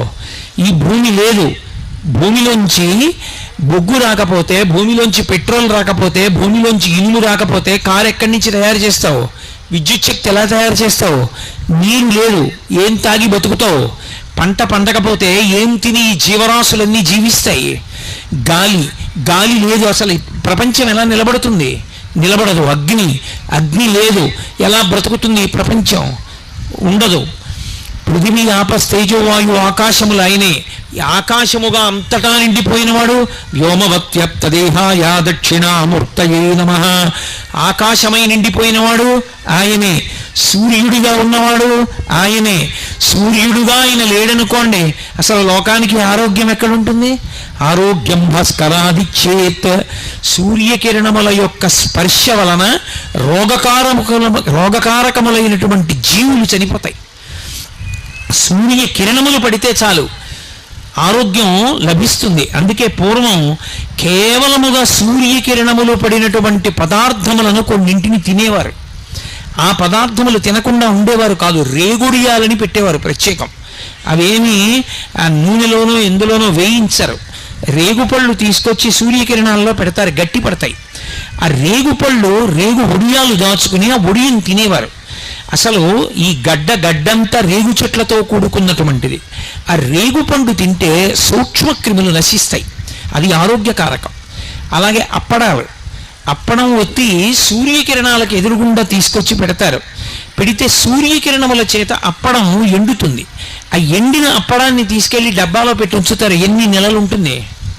పాడవదు. సూర్యకిరణములు తగిలితే సూక్ష్మక్రిములు పోయి నిలవ ఉండే శక్తి వస్తుంది. సూర్యకిరణములే ఆరోగ్యములకంతటికీ కూడా కారణము. అటువంటి సూర్యబింబంగా ఉండేటటువంటి వాడు పరమశివుడు. ఏది? ఆయన వంక చూస్తూ ఓ రోజు పొద్దున్నుంచి సాయంకాలం వరకు పూజ చేయి, సాధ్యమా? అసలు పువ్వు నువ్వు విసిరింది ఆయన మీద పడుతుందా? నువ్వు వేసిన నీళ్లు ఆయన మీద పడతాయా? చెయ్యలేవు. పృథివీకి అంతటికీ పూజ, ఈ భూమండలానికి అంతటికీ పూజ చేయగలవా? చెయ్యలేవు. ఉన్న నీటికి అంతటికీ పూజ చెయ్యలేవు. గాలికంతటికీ పూజ చెయ్యలేవు. ఆకాశానికి అంతటికీ పూజ చెయ్యలేవు. అగ్నికంతటికీ పూజ చెయ్యలేవు. చంద్రబింబానికి పూజ చెయ్యలేవు. జీవుడికి పూజ చెయ్యలేవు. నేనంటున్నావే, ఆ నేనన్నది ఎక్కడుందని దానికి పూజ చేస్తావు? చెయ్యలేవు. మరిప్పుడు ఆ 8 శివుడైతే అసలు ఆయనకి పూజలా? చెయ్యలేం. కాబట్టే ఈ 8ంటికి ప్రతినిధులుగా మళ్ళీ 8 లింగాలుగా వచ్చాడు ఆయన. అందుకే కంచిలో పృథివీలింగం, కాంచీపురంలో ఏకాంబరేశ్వరుడు ఈ పృథివీకంతటికీ సంకేతం. పృథివీ పట్ల మనం అనేకమైనటువంటి దోషాలు చేస్తాం. పృథివీ సూక్తం అని అందులో చెప్తారు. యన్మృత్తికాత్హననే పాపం. భూమి మీద గట్టిగా తాళనం చేయకూడదు. నడిచి వెడుతున్నాడు అనుకోండి, చప్పుడు అవ్వకూడదు. చప్పుడైందనుకోండి, భూమిని తాళనం చేసిన దోషం వస్తుంది. నిష్కారణంగా భూమిని తవ్వకూడదు. కారణం లేకుండా పుల్ల మొక్కెట్టి, గోళ్ళెట్టి, వేళ్ళెట్టి, కాళ్ళెట్టి మట్టి తవ్వాడనుకోండి, దోషం వస్తుంది. మృత్తికని నిష్కారణంగా కొట్టకూడదు, మృత్తిక మీద ఎక్కడ పడితే అక్కడ మలమూత్ర విసర్జన చేయకూడదు. ఈ దోషములు పోవాలంటే పృథివీలింగానికి పూజ చెయ్యాలి, ఆయన్ని దర్శనం చేసి నమస్కరించాలి. కంచిలో పృథివీలింగమై ఉన్నాడు. మట్టి దేనికి కరిగిపోతుంది? నీటికి కరిగిపోతుంది. మట్టి మీద నీళ్లు పోసామనుకోండి కరిగిపోతుంది. మరి పృథివీలింగం అయితే దాని మీద అభిషేకం ఎలా? నీళ్లతో ఎలా అభిషేకం చేస్తారు? అందుకే కంచిలో పృథివీలింగానికి నీళ్లతో అభిషేకం చేయరు, మల్లె నూనెతో అభిషేకం చేస్తారు. ఒక్క మల్లె నూనె పోస్తారంతే ఏకాంబరేశ్వర లింగం మీద. మీరు ఇప్పటికీ కంచి వెడితే పక్షి గూడులా ఉంటుంది. దేంతో అభిషేకం చేస్తారండి అని అడిగారు అనుకోండి, అక్కడికి గంగాజలాలు అవి పట్టుకెడితే చేయరు, ఒక్క మల్లె నూనెతో అభిషేకం చేస్తారు. జలములు, ఈ నీరంతా కలిపి జంబుకేశ్వరంలో ఉంది శివలింగం, జలలింగం అంటారు. ఆ శివలింగం దగ్గర నీరు ఊరుతూ ఉంటుంది, కానీ ఎవరి మీద చల్లరా నీటిని తోడేసి పక్కన పోసేస్తుంటారు. నీటికంతటికి ఆయన గుర్తు జలలింగం. అరుణాచలం అగ్నిలింగం, చిదంబరం ఆకాశలింగం. అలాగే కంచిలో పృథివీలింగం, జంబుకేశ్వరంలో జలలింగం, అరుణాచలంలో అగ్నిలింగం, చిదంబరంలో ఆకాశలింగం, పృథివీ ఆపస్ తేజో వాయు ఆకాశములు, శ్రీకాళహస్తిలో వాయులింగం. అందుకే ఇప్పటికీ ఈ భూమి మీద ఉన్న గాలి అంతా నేనే అని చెప్పడం కోసమని కాళహస్తీశ్వర లింగానికి ఎదురుగుండా పెద్ద ప్రమిదలో 2 ఒత్తులు వెలుగుతుంటాయి. మిగిలినటువంటి దీపాలన్నీ అలా నిలబడి ఉంటాయి. ఈ ఒక్క 2 ఒత్తులు శివలింగానికి ఎదురుగుండా ఉంటాయి. గాలి అంతా ఏది అంటే ఆయన ఉచ్ఛ్వాస నిశ్వాసలు, ఆయన విడిచిపెట్టి పీల్చే గాలి ప్రపంచమంతా ఉంటుంది. గాలి నేనేమి సుమా అని చెప్పడానికే శ్రీకాళహస్తిలో శివలింగం ఎదురుగుండా ఉన్నటువంటి ప్రమిదలో ఉన్న 2 ఒత్తులలో వెలుగుతున్న దీపాలు ఎప్పుడు కదులుతుంటాయి ఇలా. ఒకానొకప్పుడు బ్రిటిష్ వాళ్ళు ఈ దేశాన్ని పరిపాలించినప్పుడు ఇదంతా ఉట్టి తప్పు మాట, ఎక్కడి నుంచో గాలి వస్తోంది, కదులుతున్నాయి ఆ ఒత్తులు. తలుపులన్నీ వేసేసారనుకోండి, ఆక్సిజన్ అయిపోయింది అనుకోండి, దీపం నిధనం అయిపోతుంది. ఏదో చిన్న ఒత్తి వేసి ఓ గాజు ఇది అడ్డు పెట్టేదానికి పైన చిన్న జాగా ఉంటుంది, దాని మీద మూత పెట్టేశారనుకోండి, లోపల ఉన్న ఆక్సిజన్ అయిపోతే దీపం నిధనం అయిపోతుంది, ఆరిపోతుంది. శ్రీకాళహస్తిలో అలా జరుగుతుంది అని ఏం చేశారంటే బ్రిటిష్ వాళ్ళు తలుపులన్నీ వేసేశారు. మేము చూస్తాం ఎందుకు ఆరిపోవో దీపాలని. అన్ని దీపాలు ఆరిపోయాయి. కాళహస్తీశ్వరుడు ఎదురుగుండా ఉన్న 2 దీపాలు మాత్రం ఆక్సిజన్ లోపల అయిపోయినా కూడా ఆ 2 జ్యోతులు మాత్రం అలా కదులుతూ వెలుగుతూనే ఉన్నాయి. ఈ దేశానికి సంబంధించని వాళ్ళు, ఈ మతానికి సంబంధించని వాళ్ళు, పశ్చిమ దేశాల నుంచి వచ్చిన వాళ్ళు 2 చేతులు ఎత్తి నమస్కారం చేశారు. ఇది ఈ దేశం యొక్క గొప్పతనం అని. కాబట్టి వాయువు కాళహస్తీశ్వరలింగం అయి ఉన్నాడు. అలాగే సూర్యుడికి చెయ్యలేం కాబట్టి సూర్యలింగంగా కోణార్కలో శివలింగం ఉంది. అలాగే చంద్రుడికి పూజ చేయలేం కాబట్టి చంద్రలింగంగా ఒరిస్సాలో సీతాకుండంలో వెలిశాడు. యజమాని నేను నేను నేను అన్న భావనకి పూజ చెయ్యలేం కాబట్టి కాఠ్మండు నేపాల్ యజమానలింగం అయ్యాడు పశుపతినాథ్. కాబట్టి ఈ నేను ఆ నేనులో కలిసిపోయి అఖండమైపోవాలి, అందుకే పశుపతినాథ్ అయ్యాడు. ఇప్పుడు ఈ 8 మూర్తులు ఆయనే, 8 మూర్తులు ఆయనై 8 లింగములుగా మారాడు. ఆయన కానిది, ఆయన వలన పొందని సుఖము ఈ లోకంలో ఏముంది నాకు చెప్పండి. అందుకే కృతజ్ఞతతో భయంకరమైనటువంటి పాపం చేయించాలి వీడితో అనుకుంటే 2 శాపాలు ఇస్తారు. ఒకటి, నీ ఇంట జిల్లేడు చెట్టు పుట్టుగాక, నీ జీవితమునందు నీకు శివభక్తి లేకుండుగాక అని శపిస్తారు. ఇంట్లో జిల్లేడు చెట్టు పుట్టిందనుకోండి ఐశ్వర్యం పోతుంది. అందుకే ఇంట్లో జిల్లేడు చెట్టు పుడితే వెంటనే జిల్లేడు చెట్టు తీసేస్తారు. ఇంటి ప్రహారీ గోడ బయట ఉండాలి తప్ప ఇంట్లో జిల్లేడు చెట్టు ఉండకూడదు. 2, శివభక్తి నీకు కలగకుండుగాక. వాడికి శివభక్తి లేకుండా పోయిందనుకోండి వాడంత కృతజ్ఞుడు ఇంకొకడు ఉండడు. రౌరవాది నరకాలకు పోతాడు, కొన్ని కోట్ల జన్మలు తిరియక్కుగా పోతాడు. అందుకే అవతల వాడిని ఉద్ధరించాలనుకున్నారనుకోండి నీకు శివభక్తి కలుగుగాక అని ఆశీర్వచనం చేస్తారు. అంత గొప్పది శివభక్తి. ఆయన అశుతోషుడు, అన్నీ ఆయన ఉంటే ఆయనకి మనం ఏమివ్వాలి? ఆయనకి మనం ఇవ్వడానికి ఏముండదు. అందుకే శివుడికి ఒక్కడికే ఒక పేరుంది, ఆయనకి అశుతోషుడు అని ఒక పేరు. అశుతోషుడు అంటే ఎంత చిన్నదని మీరు అంటారో అంత చిన్నదానికి అంత పెద్ద పొంగగలిగిన వాడు, అంత పొంగిపోతాడు. అంత పొంగిపోయే లక్షణం అంత చిన్నదానికి ఉన్నవాడెవరో ఆయనని అసుతోషుడు అంటారు. ఆయనకి పట్టికెళ్ళి ఇది ఇస్తే సంతోషిస్తాడని ఏం లేదు, అందుకే సజ్జోజాతుడు. మీరు ఎక్కడ నిలబడి మనసులో ఆయన్ని తలుచుకొని సంతోషించారనుకోండి, ఒక నమస్కారం చేశారనుకోండి, పొంగిపోతాడంతే. ఉబ్బులింగడు అంటే వెళ్ళి పొగిడితే పొంగిపోతాడు కాదు, అది తప్పు. అలా అనకూడదు. ఉబ్బులింగడు అసతోషుడు అన్న మాటకు అర్థం ఏంటంటే భక్తి కలిగిన వాడు ఏం చేశాడని అడగడు, భక్తి అంటూ ఉంటే చాలు. శ్రీశైలేషు భజింతునో యభవు కంచీనాథు సేవింతునో కాశీవల్లభు కల్వబోధున మహాకాళేషు సేవింతునో నా శీలం అణువైన మేరువడుచున్ రక్షింపవే నీ కృపా శ్రీ శృంగార విలాసహాసములచే శ్రీకాళహస్తీశ్వర.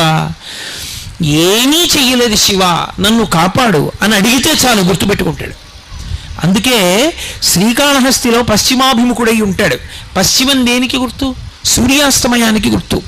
సూర్యాస్తమయం అంటే అయిపోయింది, పొద్దు వాలిపోయింది. దీపం ఉండగా ఇల్లు చక్కబెట్టుకో అంటారు. పెద్ద దీపం సూర్యుడు. సూర్యుడు పశ్చిమానికి ఒరిగిపోయి సూర్యాస్తమయం అయిపోయిందంటే అయిపోయింది. జీవితం అయిపోయింది అనడానికి గుర్తేమిటంటే సూర్యాస్తమయం. అటువంటప్పుడు ఆఖరి ఊపిరిలో నీ ఊపిరిని నేను భగవన్నామంగా మార్చి నీ చేత భగవన్నామం చెప్పించి నువ్వు భగవన్నామం చెప్తూ వెళ్ళిపోయావన్న పుణ్యంతో నిన్ను నాలో కలుపుకుంటానని అభయం ఇస్తాడు ఆయన. అందుకు పశ్చిమాభిముఖుడు అవుతాడు. అక్కడ శ్రీకాళహస్తి వెళ్ళి నమస్కారం పెట్టాడు అనుకోండి, గుర్తుపెట్టుకుంటాడు. వీణ్ణి నేను గుర్తుపెట్టుకోవాలని వాడి ఆఖరి ఊపిరిలో భగవన్నామం చెప్పిస్తాడు. చెప్పించి తనలో కలుపుకుంటాడు. అసుతోషుడు. ఆయనకి ఇది చెయ్యాలనేం లేదు. శివుని శిరమున కాసిన్ని నీళ్లు చల్లి పత్తిరి సుమంతనెవ్వాడు పారవయిచు కామధేనువు వానింటి గాడి పశువు అల్ల సురశాఖ వానింటి మల్లె చెట్టు అన్నారు. లోకంలో ఎవరి మీదైనా మనకి ప్రీతి కలిగిందనుకోండి, వాళ్ళ నెత్తి మీద చెంబుడు నీళ్లు వచ్చామనుకోండి, ఎంత అసహ్యం వేస్తుంది వాళ్ళకి. అయ్యా మీరంటే మాకు ఎంతో ప్రేమ కలిగిందండి, అందుకని మీ మీద నీళ్లు పోస్తున్నామని ఇంట్లో బిందెలో నీళ్ళు తీసుకొచ్చి మీద వచ్చామనుకోండి, నీకు బుద్ధి ఉందిరా? ప్రేమ కలిగితే నమస్కారం పెట్టు, నీకు ఉంటే కాస్త పాయసం పెట్టు, రెండూ లేదు ఏం అక్కర్లేదు ఓ నమస్కారం పెట్టు, అది కాదు ఇది కాదు ఇది మీద నీళ్ళు వచ్చామంటాడు. పోనీ ఆ నీళ్లు పోయడం అయినా ఎవడైనా శ్రద్ధగా పోస్తాడేంటి? ఆయనకి అభిషేకం చేయడం, ఆయనకి అభిషేకం చేసేటటువంటి ప్రక్రియ చూస్తే మనసు చివుక్కుమంటుంది. ఆయన దగ్గరికి వెళ్ళి ఇన్ని నీళ్ళు ఆయన ఇస్తే ఓ ఉద్ధరినట్టుకుని పోయడం మొదలెడతాడు. తను ఎప్పుడైనా నేల మీద అన్నం పెట్టుకు తింటాడా? కటిక నేల మీద భార్య అన్నం పెట్టి పప్పేస్తే కలుపుకు తింటాడా? శివాలయంలో కొబ్బరి చెక్కలు నైవేద్యం పెట్టడం కటిక నేల మీద, శివలింగం ఎదురుగుండా నేల మీద కొబ్బరి చెక్కలు పెట్టి దిక్కుమాలిన వాడికి దరిద్రుడికి పెట్టినట్టు పెట్టడం ఎంత దోషం! ఏ పళ్ళెం లేదా శివాలయంలో? ఓ పళ్ళెం ఖాళీ చేసి తీసుకొచ్చి అందులో కొబ్బరి చెక్కలు పెట్టి నైవేద్యం పెట్టడం చేత కదా? ఎందుకంత ధిక్కార ధోరణి? అదే మర్యాద? అదే భగవంతుడి పట్ల ప్రవర్తించవలసినటువంటి తీరు? అదే భక్తికి లక్షణం? ఒక పని చేస్తున్నామంటే అలా మనకి చేస్తే అన్న ఆలోచన ఉంటే భక్తి, లేనినాడు భక్తి ఏమిటి? బూడిద. నాకు పెడితే తింటానా? అలాగా నేను మీ ఇంటికి వస్తే నేల మీద అన్నం పెడితే నేను తింటానా? శివుడికి ఎందుకు పెడతావు కొబ్బరి చెక్కలు నేల మీద శివలింగం ఎదురుగుండా? ఏ పళ్ళెం తీసుకొచ్చి పళ్ళెంలో పెట్టి నైవేద్యం పెట్టడం చేత కాదా? అంత పళ్ళెం లేకుండా ఉందా శివాలయం? అంత పళ్ళెం లేకపోతే ఊళ్ళో వాళ్ళు ఇస్తారు పళ్ళాలు, అంతే తప్ప అలా నైవేద్యాలు పెట్టకూడదు. ఇక్కడ కాదు, ఎక్కడైనా అంతే. కాబట్టి శివుని శిరమున కాశీన్ని నీళ్లు చల్లి అభిషేకం చేసేవాడెవడు? ఆయన నెత్తి మీద నీళ్లు చల్లడమే ఇష్టం వచ్చినట్టు, ఉద్ధరణితో తీసి ఇలా అండం. ఏది ధారగా అభిషేకం చేస్తున్నవాడెవరున్నాడు? అయినా ఆయన సంతోషపడిపోతున్నాడు. పోన్లేరా వీడంటే ఇలా అరుస్తాడు కానీ నేను అలా బాధపడినాం. పిల్లాడు వాడు ఏదో పాపం నన్ను నమ్ముకు తిరుగుతున్నాడు, వీడికే వేదిక మీద కూర్చుని ఎన్నైనా చెప్తాడు. అంతరాలయంలో రోజు 6 గంటలు రోహిణీ కార్తీలు నిలబడితే తెలుస్తుంది కష్టం ఏమిటో. ఏదో ఒక్కరోజు తెలియక పెట్టాడేమో. కాబట్టి ఆయన పట్టించుకోడు, ఆయన ఉదారుడు. కాబట్టి శివుని శిరమున కాశీని నీళ్లు చల్లి, కాశీ నీళ్ళు ఇలా చల్లితే చాలు ఆయన పొంగిపోతాడు. పత్తిరి సుమంత నెవ్వాడు పారవయిచు. పరమ సంతోషంతో పత్రి తీసి పూజ చేసిన వాడెవరు? కార్తీక మాసంలో అయ్య బాబోయ్ ఆయనకి 1,00,000 బిల్వార్చనలు 1,00,000 బిల్వార్చనలని బిల్వార్చన చేస్తుంటే చూసిన వాడికి ఒళ్ళు జలధరిస్తుంది. ఆ రొట్టంతా తీసుకొస్తారు గుళ్ళల్లో, కనీసం ఓ బట్ట కూడా పరచరు, నేల మీద పారేస్తారు. నేల మీద పడేస్తే పృథివీ శివలింగం ఏమైంది? అయిపోయింది పూజ. నేల మీద పడితే పూజ అయిపోయింది అంతే. ఎందుకంటే పృథివీ శివలింగం అని ఇందాకనైనా చెప్పాను, అంటే పూజ అయిపోయిందా? ఇప్పుడు అయిపోయిన పూజకి మళ్ళీ అదే పత్రి తీసి వేస్తే ఏమైంది? పునఃపూజ అయింది. పూజ ఎక్కడైంది? 2, పత్రి వేసేటప్పుడు ఒక విధానం ఉంది. చీడ, పేడ, పురుగు, సాలెపురుగు, చీమ అది చిరిగిపోవడం కానీ ముక్క విడిపోవడం కానీ ఉండకూడదు. పరమ జాగ్రత్తగా ముచికతోటి 3 ఆకులున్నవి తీసి పళ్ళెంలో పేర్చి ముచిక పైకొచ్చేటట్టుగా పట్టుకుంటే ముచిక ఒక్కటి తీసి ఇలా గుండెలకి చూపించి వేస్తే శివలింగం మీద మారేడు దళం తిరగబడితే ఐశ్వర్యం, బోర్లా పడితే జ్ఞానం. ఏం జరిగినా ఫలితం ఇచ్చేస్తుంది. అలా వెయ్యాలి మారేడు దళాన్ని. ఏది? ఇంతంత రొట్ట చేతులతో ఇచ్చి ఆయన మీద విసిరేస్తారు. మీరు ఎప్పుడైనా గమనించండి, మారేడు దళాల మధ్యలో చేతులు పెట్టి కాసేపు ఉంచండి, బొబ్బలు ఎక్కుతాయి. అంత వేడి మారేడు దళం. అంత మారేడు దళాలతో గుళ్ళో ఆయన శివలింగాన్ని అంతటినీ కప్పేస్తారు. నిజంగా ఆయన ఎంత ఉడికిపోతాడు లోపల. అలా కప్పేస్తే కనీసం కనపడుతుందా? ఆయన అంతటా ఉంటాడు నిజమే. భక్తి అన్న మాటకి ఉన్నాడన్న మాట ఒకటి ఉందిగా. ఏది పూజ అసలు ఆ భావన ఎక్కడుంది? పత్రి సుమంత నెవ్వాడు పారవయించు, వాడు పత్రి పారేశాడంటే ఆయన మీద. అయినా కూడా ఆయన ప్రసన్నుడై కామధేనువు అనింటి గాడి పశువు అలా పత్రి విసిరేసిన వాడికి కామధేనువుని తెచ్చి వాడు దొడ్లో కట్టేస్తాడు. నీ కోరికలు తీర్చుకోరా అంటాడు. అల్ల సురశాఖవానింటి మల్లె చెట్టు, కల్పవృక్షాన్ని తీసుకొచ్చి అటువంటి వాడి ఇంట్లో పెరట్లో పాతి నీ కోరికలు తీర్చుకోరా అంటాడు. అపరాధం అన్నది పట్టించుకోకుండా లోపలికి వచ్చాడు, నమస్కారం పెట్టాడు, అంతే చాలని పొంగిపోయేవాడెవరో వాడు అసుతోషుడు తప్ప నాకు ఇది ఇవ్వాలన్న కోరిక వాడికి ఉండదు అసలు. అంతటి ప్రసన్న హృదయుడై చిన్న దోషం కూడా పట్టించుకోకుండా శివ అని పిలిచినంత మాత్రం చేత పొంగిపోయేటటువంటి మనసున్నవాడెవరో వాణ్ణి శివుడని పిలుస్తారు. అందుకే మీరు చూడండి, శివభక్తి యొక్క చరిత్ర మీరు పరిశీలనం చేస్తే లోకానికి అపరాధంగా కనపడినవన్నీ కూడా భక్తి ఉన్నప్పుడు ఆయన ఉపచారంగా తీసుకున్నాడు. లోకం అపచారంగా తీసుకుంది దాన్ని. ఒకప్పుడు శివభక్తులు 63 మంది ఉన్నారు నాయనార్లు. అందులో తిరునీలనక్క నాయనార్ అని ఒక నాయనార్. ఆ నాయనార్ పరమేశ్వరుడికి కళ్ళు మూసుకుని మారేడు దళాలు వేస్తున్నాడు. భార్య మారేడు దళాలు పేర్చి పళ్ళెం ఇస్తోంది. ఆయన ఒళ్ళో పెట్టుకుని పరవశంతో అప్పుడప్పుడు కళ్ళు మూసుకుని ఆ చివర ఉన్న ఈయన పట్టుకుని శివలింగం మీద వేస్తున్నాడు. కొంతసేపు అయిన తర్వాత ఆవిడ చూడలేదు, ఒక మారేడు దళం మీద సాలెపురుగు ఉంది. సాలెపురుగు ఆయుర్వేదంలో అన్నిటికన్నా పెద్ద విషం ఉన్న ప్రాణి సాలెపురుగే. అత్యంత ప్రమాదకరమైన ప్రాణిగా ఆయుర్వేదంలో చెప్పబడేది ఏది అంటే సాలెపురుగే. సాలెపురుగు పాకుతోంది. సాలెపురుగుకి ఒళ్ళంత విషం. అది పాకితే చాలు దద్దుర్లు వస్తాయి. అది పాకితే కొన్నాళ్ల పాటు పోదు. అటువంటి ర్యాష్ అంటారే, అటువంటి దద్దుర్లు వచ్చేస్తాయి. అది శివలింగం మీద పాకుతోంది పెద్ద సాలెపురుగు. నీలనక్క నాయనారు భార్య చూసింది, నాయనారు కూడా చూశాడు. ఆయన మహానుభావుడు, ఆయన ఒంటి మీద సాలెపురుగు పాకితే ఆయనకి లెక్క ఊరుకున్నాడు.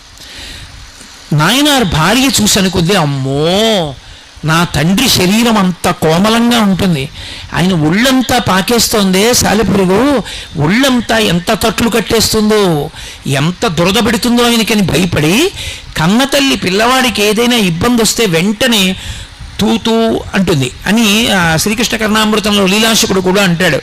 ఆ తూతూ అని ఉమ్మేసి గబగబా రాసేస్తుంది ముందు వాడికి ఆ ఇబ్బంది కలగకుండా చూడ్డానికి. అలా ఆమె కన్న తల్లిలా అమ్మో శివుడికి ఎక్కడ ఇబ్బంది వస్తుందో అని చేతిలో ఉమ్మేసుకుని శివలింగానికి రాసేసింది. రాస్తే నాయనారు చూశాడు, చీ దుర్మార్గురాలా, శివలింగానికి ఉమ్ము రాశావా, ఇక నేను నా జీవితంలో నిన్ను చూడను, ఇంటి బయట వేరే ఇల్లుంది, ఆ ఇంట్లో ఉండు, ఇక నువ్వు నా కంట పడద్దు జీవితంలో అన్నాడు. ఆమె బాధపడుతూ వెళ్ళి ఆ ఇంట్లో ఉంది. రాత్రి నాయనారు వెళ్ళి పడుకున్నాడు. పరమశివుడు కల్లోకి వచ్చాడు. ఒళ్ళంతా దద్దుర్లే, ఒక్క చోట దద్దుర్లు లేవు. హడిలిపోయి నాయనారు అడిగాడు, శివ ఏమిటి మీ ఒళ్ళంతా దద్దుర్లని అడిగాడు. నువ్వు మారేడు దళానికి సాలెపురుగు ఉండగా చేసేసావుగా పూజ, అది నా ఒళ్ళంతా పాకింది, ఒళ్ళంతా దద్దుర్లు వచ్చాయి, ఇక్కడ ఒక్క చోట దద్దురు ఎందుకు లేదో తెలుసా? నా ఒళ్ళు దద్దురు లెక్కుతోందని బెంగ పెట్టుకుని మీ ఆవిడ ఉమ్ము రాసింది. భక్తితో మీ భార్య ఉమ్ము రాసిన చోట దద్దురు ఎక్కలేదు, నీ చేసిన పూజకి ఒళ్ళు దద్దురు లెక్కిందన్నాడు. శివ, ఎంత తప్పైందో నాకు అర్థమైంది, నన్ను మన్నించు శంకర అని వెళ్ళి భార్యను తీసుకొచ్చి ఏలుకున్నాడు.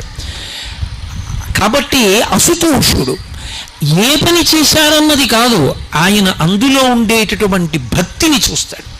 వాడు భక్తితో చేశాడా ఈ పని, పొంగిపోతాడంతే. అందుకే అసుతోషుడని పిలుస్తారు. అందుకే మీరు 63 మంది నాయనారుల చరిత్ర చదివినా, పరమశివుని యొక్క కథలు చదివినా, శివమహాపురాణం చదివినా మీకు ప్రబలంగా కనపడేది ఏమిటి అంటే, శివుని విషయంలో భక్తితో మీరు చేసిన ఒక్క నమస్కారమైనా సరే ఆయన్ని సజ్జోజాతుణ్ణి చేస్తుంది. అంటే ఉత్తర క్షణంలో అనుగ్రహాన్ని కల్పిస్తుంది. అటువంటి ఉదారుడు ఆయన. అందుకే శంకరాచార్యుల వారి శివానంద లహరి చేస్తూ ఓ మాట అంటారు, మార్గావర్తిత పాదుకా పశుపతే రంగస్య కూర్చాయతే గండూషాంబునిషేచనం పురవిపూర్దివ్యాభిషేకాయతే కించిద్భక్షిత మాంసశేషకపలం నవ్యోపహరాయతే భక్తి కిం న కరోత్యహో పంచరో భక్త్యావతంసాయకే. తిన్నడు కేవలం కిరాతుడు, ఆయనకేం తెలీదు. అటువంటి వాడు వేట కోసం తిరిగాడు, మంచి ఆకలేసేసింది. ఆఖరికి బలిసిన అడవి పంది ఒకటి దొరికింది. బాణాలు పెట్టి కొట్టారు, అది పడిపోయింది. పడిపోయిన తర్వాత తిరిగి ఉన్నాడేమో, ఒళ్ళంతా మురికి పట్టేసింది, చెమట పట్టేసింది.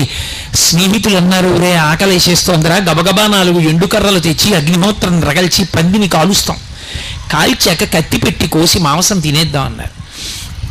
ఆయన అన్నాడు, మీరు పందిని కాలుస్తూ ఉండండి, నేను ఇప్పుడే ఒక్కసారి లోపలికి వెళ్ళి ఆ ఏట్లో స్నానం చేసి వస్తా, ఒళ్ళు మురిగ్గా ఉంది అని ఏట్లో స్నానం చేద్దామని వెడుతున్నాడు. కాళహస్తీశ్వర లింగం కనపడింది. అప్పట్లో తెల్లవారుజామున బ్రాహ్మణుడు వచ్చి పూజ చేసి వెళ్ళిపోయేవాడంతే. శివలింగం వంక చూశాడు. శివ, ఎప్పుడు తిన్నావు, ఎంత ఆకలేస్తోందో, శంకర నీకు తెచ్చి నేను అన్నం పెడతానన్నాడు. ఆయనకి ఏం తెలుసు, ఆయన తినేదే శంకరుడికి పెడతాననుకున్నాడు. గబగబా వెళ్ళాడు. అడవి పందిని కాల్చి కోసి ఒక్కొక్క ముక్క తీసి కొరికి చూశాడు వివిధ శరీర భాగాల్లోంచి. ఒక చోట ముక్క రుచిగా అనిపించింది. ఆ ఎంగిలి ముక్క తన ముమ్ముతో ఉన్నదాన్ని పట్టుకున్నాడు. ఆ శివానికి ముక్క పెడతాను తిందుగానివి అని ఆ ముక్క పట్టుకుని పరిగెడుతున్నాడు గుడికి. ఇంతలో గుర్తొచ్చింది, శివుడికి అలవాటు ఉంది, స్నానం చేస్తే కానీ తినడం. నేను ఎలా స్నానం చేశాను, నేను ఎప్పుడు చేయను, అలాంటిది ఇవాళ స్నానం చేశా అంటే తినడు. నా గురించి కాదు, తిన్నడు, స్నానం చేశాడు ఆ రోజున. శివుడు స్నానం చేస్తే కానీ తినడు. కాబట్టి ఆయనకి నీళ్లు పోయాలి, అభిషేకం చేయాలి. అభిషేక మంత్రాలు నాకు రావు, ఏదో కాసి నీళ్లు పోస్తాయి నెత్తి మీద. అందుకని నీళ్లు పట్టుకెళ్ళాలని గబగబా ఓ పిడత ఒకటి చూశాడు, ఎక్కడన్నా దొరుకుతుందా అని వెతికాడు. ఎక్కడ పిడత కనపడలేదు. ఏమిటి లోపల బెంగ, ఆకలితో ఉన్నాడు ఆయన. పాపం అన్నం పెట్టాలి, ఈ పిడతల కోసం గిన్నెల కోసం వెతుక్కుంటే అన్నం ఎప్పుడు తింటాడు? అందుకని గబగబా వెళ్ళాడు. ఓ చేతిలో ధనస్సు ఉంది, ఓ చేతిలో ఎంగిలి మాంసం ముక్కు ఉంది. ఎలా పట్టుకెడతాడు నీళ్లు? అర్థం కాలేదు. ఆ చేతిలో ఉన్నటువంటి మాంసం ముక్క అక్కడ పెట్టి కాసి నీళ్ళు ఇలా తీసి నోట్లో పట్టుకున్నాడు. నోటి నిండా నీళ్లు పట్టుకుని ఇప్పుడు ఆ చేతిలో ఉన్న మాంసం ముక్క పట్టుకుని పరిగెత్తుకుంటూ గుడిలోకి వెళ్ళాడు. ఆయనకు అలవాటు ఉంది, శివలింగం మీద పూజ చేసినటువంటి పువ్వుల్ని చేత్తో తీయకూడదు.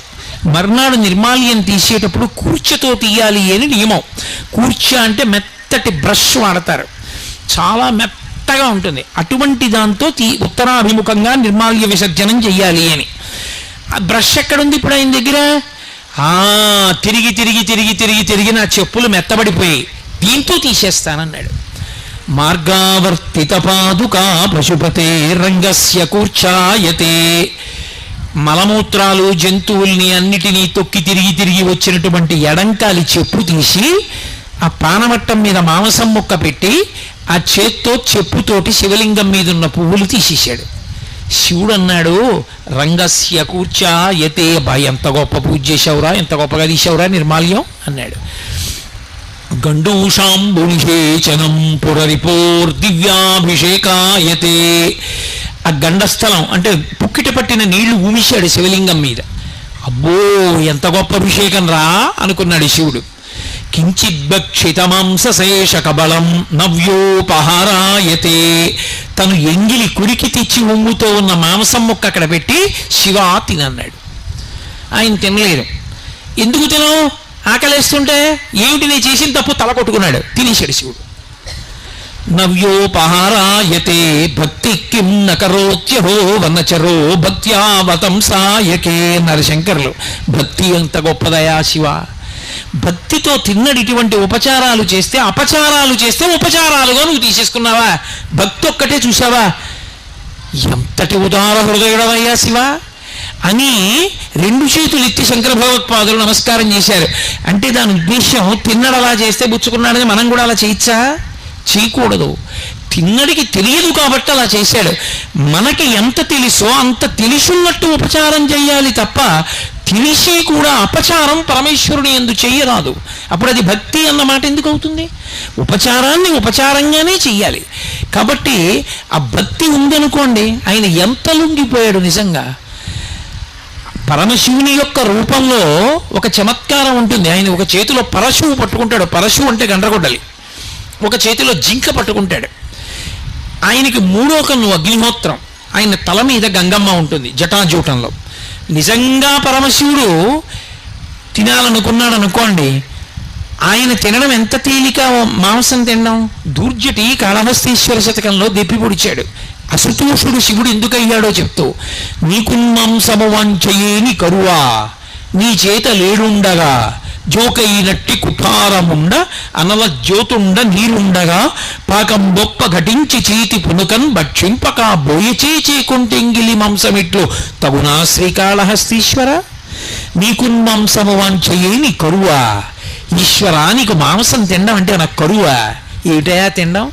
ఎంగిలి మాంసం ముక్క పట్టుకొచ్చి తినడు పెడితే తినేసావా? నిజంగా నీకు తినాలనిపించిందనుకో, లేచి వంటింట్లో కూడా నువ్వు వెళ్ళక్కర్లా. ఈ చేతిలో ఉన్న గొడ్డలతో ఈ చేతిలో ఉన్నటువంటి జింకను దెబ్బ కొట్టి ఇంత మాంసం ముక్కోటి పీకి చేతిలో ఉన్న బ్రహ్మకపాలంలో పడేసి పైన గంగమ్మ కాస్త నీళ్లు అందులో పోసి మూడో కన్నా అగ్నిహోత్రం మీద ఉడకేసుకుని నోట్లో పడేసుకోవచ్చు. లేచి కూడా వెళ్ళక్కర్లా. అటువంటిది ఇలా తినడం మానేసి బోయవాడు తెచ్చిపెట్టిన ఎంగిలి మాంసం తిన్నావా అంటే అసుతోషుడు.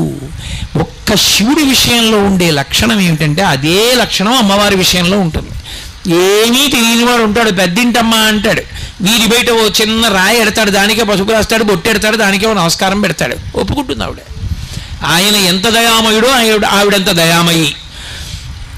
ఆయన అసుతోషుడు. ఎవడికి ఎంత తోస్తే ఎంత ఉపచారం చేస్తే దానికే పొంగిపోతాడు తప్ప నాకు ఇది తేమాలి, నాకు ఇది చెయ్యాలి అలా ఏం ఉండదు శివుడి విషయంలో. అందుకే నమశివాభ్యాం సరసోత్సవాభ్యాం. ఆయనకి చేసే ఉత్సవాలు కూడా ఎటువంటివో తెలుసా? ఆయన కోసం ఉండవు ఉత్సవాలు, మన కోసం ఆయన వస్తాడు. కార్తీక మాసంలో కార్తీక పౌర్ణమి నాడు జ్వాలాతోరణం అని చేస్తారు. ఆయన కర్మ అండి. ఆయన్ని ఉత్సవం అని చెప్పి మాడవీధుల్లో వెంకటేశ్వర స్వామి వారిని వాహనాలకి ఊరేగించినట్టు ఆయనకేం పెద్ద పెద్ద ఊరేగింపులు అవి చేయరు. ఆయనకి చేసే ఉత్సవం ఏమిటంటే ఆవిరిగడ్డి తీసుకొచ్చి పెద్ద తోరణం కట్టి దానికి అగ్నిహోత్రం వెలిగిస్తారు. ఆ తోరణం మండిపోతుంటే దాని కింద నుంచి పల్లకీలో ఈయన్ని పట్టుకెడతారు. మధ్యలో పడితే పైనుంచి ఆయన మీద పడదు. ఎందుకైనా జ్వాలా తోరణం కింద నుంచి తిప్పడం అంటే శరీరం విడిచిపెట్టిన తరువాత పాపములు చేసిన వాడికి యమలోకంలో జ్వాలాతోరణం దర్శనమిస్తుంది. అగ్నితోరణంలోంచి లోపలికి వెళ్ళాలి యమలోకంలోకి. అది మహాబాధ. రే నువ్వు ఎన్ని పాపాలు చేసినా కార్తీక మాస పౌర్ణమి నాడు నీకోసం నేనొస్తా, నేను పెడతా జ్వాలాతోరణం కింద. నా వెనక నువ్వు వస్తే ఇంక నువ్వు ఆ జ్వాలాతోరణం చూడక్కల్లా, ఈ జ్వాలాతోరణంతో సరి అని మన కోసమని తానొస్తాడు. ఆయన కర్మ. ఆయన రావాల్సిన అవసరం ఏమిటి జ్వాలాతోరణం కిందకి? మన కోసమని తానొస్తాడు. అందుకని నమశివాభ్యాం సరసోత్సవాభ్యాం. ఆయన ఉత్సవాలు మన కోసం, ఆయన కోసం కాదు. అంతటి మహితాత్ముడైన. కాబట్టి అటువంటి శంకరుడికి 4 యామముల యందు పూజ జరిగేటటువంటిది మహాశివరాత్రి. మహాశివరాత్రి అన్న తిథికి ఉన్న గొప్పతనం ఏమిటంటే అర్ధరాత్రి 12 గంటల వేళ కటిక చీకట్లో శివలింగం ఆవిర్భవించింది. మనకి ఇటుపక్క ఏ దేవాలయాల్లోనూ లింగోద్భవమూర్తి ఉండదు. ఇప్పటికీ మీరు అది చూడాలి అంటే శ్రీకాళహస్తి దేవాలయం వెనక్కి వెడితే వెనక గోడ మీద కనపడుతుంది లింగోద్భవమూర్తి. అంటే లింగంలో శివుడు ఉంటాడు. తల కనపడదు, పాదాలు కనపడవు. తల దగ్గర హంస వెడుతూ ఉంటుంది, పాదముల దగ్గర ఒక వరాహము అడవి పంది వెడుతూ ఉంటుంది. ఎందుకలా అంటే ఆయన ఆపాతాళ నభస్థలంత భువన బ్రహ్మాండమా విస్ఫుర జ్యోతిస్పాటిక లింగమౌళి విలసత్పూర్ణిందు అంతామృతై. కటిక చీకట్లో ఒక జ్యోతిస్తంభం ఏర్పడింది. చీకట్లో అంత పెద్ద జ్యోతిస్తంభం లేచిందనుకోండి, ఎంత వెలుతురు వస్తుంది? లోకం అజ్ఞానంలో ఉంటే అజ్ఞానపు చీకట్లు పోకార్చడానికి అంత పెద్ద జ్యోతిస్తంభం పాతాళం కన్నా కింద నుంచి అభస్థలంత భువన బ్రహ్మాండమా విస్ఫురత్, పైలోకాలు ఎక్కడి వరకు ఉన్నాయో వాటిని దాటి పెరిగిపోయింది. అది అంత పెద్ద జ్యోతిస్తంభమే శివలింగము. అంత పెద్ద దాన్ని పూజ చేయడం బ్రహ్మ విష్ణువులకు సరిపోలేదు. విష్ణువు వరాహమూర్తి భూమిని తొలుచుకుంటూ కిందకి వెళ్ళారు. ఎంత వెళ్ళినా పాదాలు కనపడలేదు. హంసవాహనం ఎక్కి బ్రహ్మగారు వెళ్ళాడు పైకి, ఆయనకి తల కనపడలేదు. అంటే పరమశివుని యొక్క వ్యాపకత్వమును బ్రహ్మ విష్ణువులకు తెలియలేదు.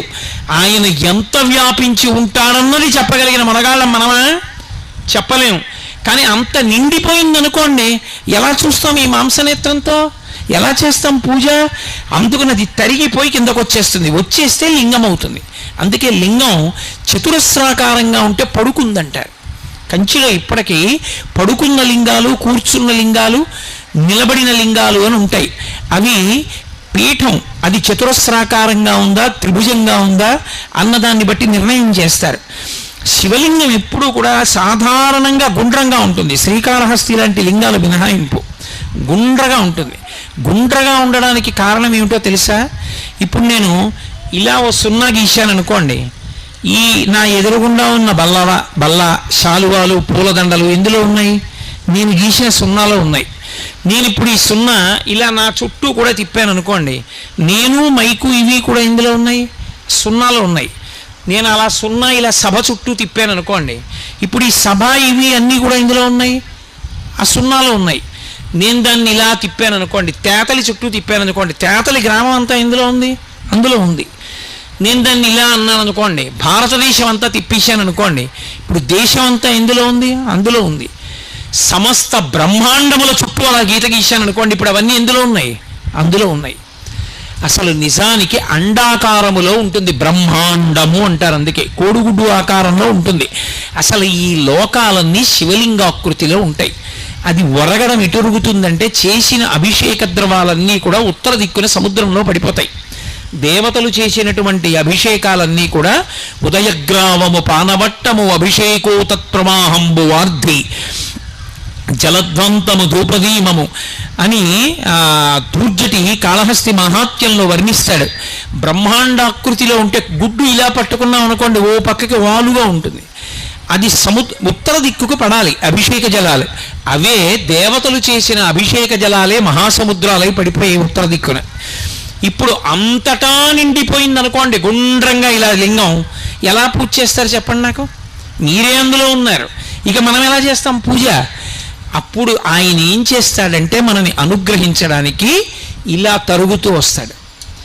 ఇలా పెరిగినది ఏదుందో అది బ్రహ్మాండమా విస్ఫురత్. బ్రహ్మాండమా విస్ఫురత్ సంకోచత్వాన్ని పొందితే ఇలా తరుగుతుంది. తరిగి తరిగి తరిగి తరిగి తరిగి మన ఎదురుగుండా ఇలా గుండ్రంగా కూర్చుంటాడు. ఇప్పుడు అది పైకి కిందకి వెడల్పు తిరిగిపోయింది అనుకోండి, అన్నీ అందులోకి వెళ్ళిపోతాయి. అన్నీ అందులోకి వెళ్ళిపోయింది ఏదో అన్నీ ఇందులో ఉన్నాయో, ఏది అందులో లేకుండా లేదో అది ఘనీభవించి సంకోచించి మన ఎదుటకొస్తే లింగం గుర్తయింది. ఇప్పుడు దాన్ని గుర్తుగా తీసుకుని దాని మీద అభిషేకం చేస్తే తత్ఫలితం ఏమవుతుంది? బ్రహ్మాండం అంతా చల్లబడిపోతుంది.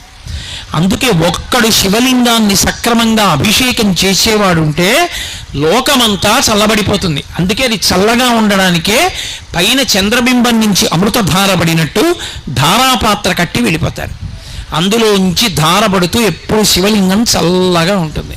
శివాలయంలో శివలింగం చల్లగా ఉంటే ఊరు చల్లగా ఉంటుంది.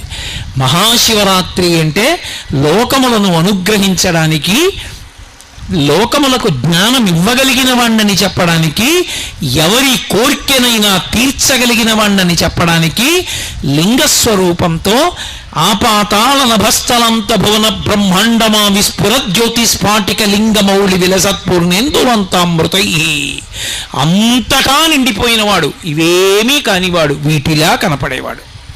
స్ఫాటికలింగ, స్ఫటికలింగం ఉందనుకోండి, అది చాలా గొప్పది. స్ఫటికలింగం, స్ఫటికలింగం రామేశ్వరం క్షేత్రానికి వెడితే తెల్లవారుజామున 4 గంటలకి బ్రహ్మముహూర్తంలో అభిషేకం చేస్తారు స్ఫటికలింగానికి. అప్పుడు చూపిస్తారు. ఆ స్ఫటికలింగం ఎదురుగుండా ఓ ఎర్ర పువ్వు పెడతారు, లింగం అంతా ఎర్రగా అయిపోతుంది, పువ్వు తీసేస్తారు, తెల్లగా అయిపోతుంది. శివలింగం మీద తెల్లటి పాలు పోస్తారు, తెల్లగా అయిపోతుంది. పసుపు నీళ్లు పోస్తారు, పచ్చగా అయిపోతుంది. మామూలు నీళ్లు పోస్తారు, మళ్ళీ తెల్లగా అయిపోతుంది.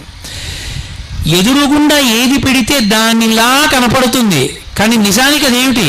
ఏమీ కాదు, శుద్ధ స్ఫటికం. అలా అంతటా నిండిపోయినటువంటి పరమేశ్వరుడు నిర్గుణుడు, కానీ ఎలా చూస్తే అలా కనపడుతూ ఉంటాడు. అది స్ఫాటికలింగ.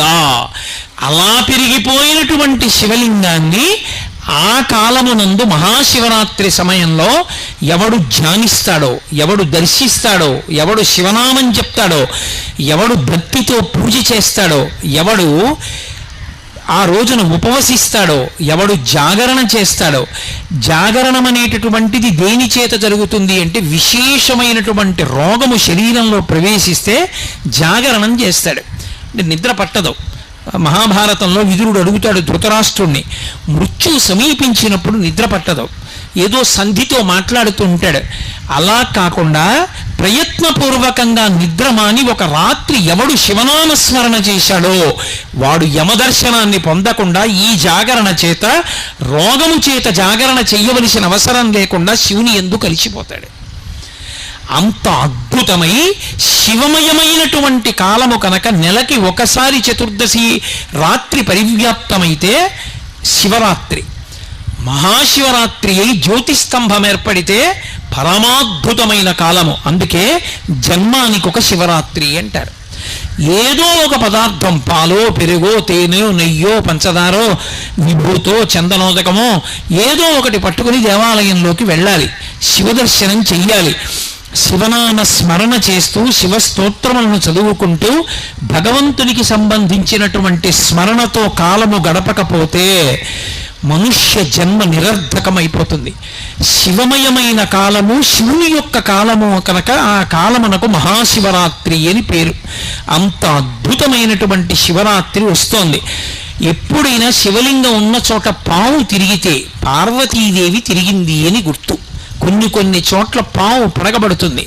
నేను ఒక చోట విన్నాను, ఇక్కడికి రాజరాజ నరేంద్రుడు పరిపాలించే కాలంలో వెళ్ళిపోతుంటే రథానికి పాము అడ్డం వచ్చి రాత్రంతా ఉండిపోతే ఆయన మరునాడు దర్శనానికి వస్తే ఇక్కడ శివలింగ దర్శనం అయింది అని. అలాగే ఇక్కడ ఒక వేశ్య ప్రతి మహాశివరాత్రి నాడు నృత్యం చేసేదని, ఆమె ఒక సంవత్సరం నృత్యం చేయడానికి రాకపోతే ఆమె ఇంటి చుట్టూ బుసలు కొడుతూ పాము తిరిగిందని, ఆమె వచ్చి ఇక్కడ నృత్యం చేసిందని ఈ క్షేత్ర వైభవం గురించి నేను విన్నాను. అంటే ఎంత విశేషమైనటువంటి శివతేజస్సు కలిగిన క్షేత్రమో చూడండి.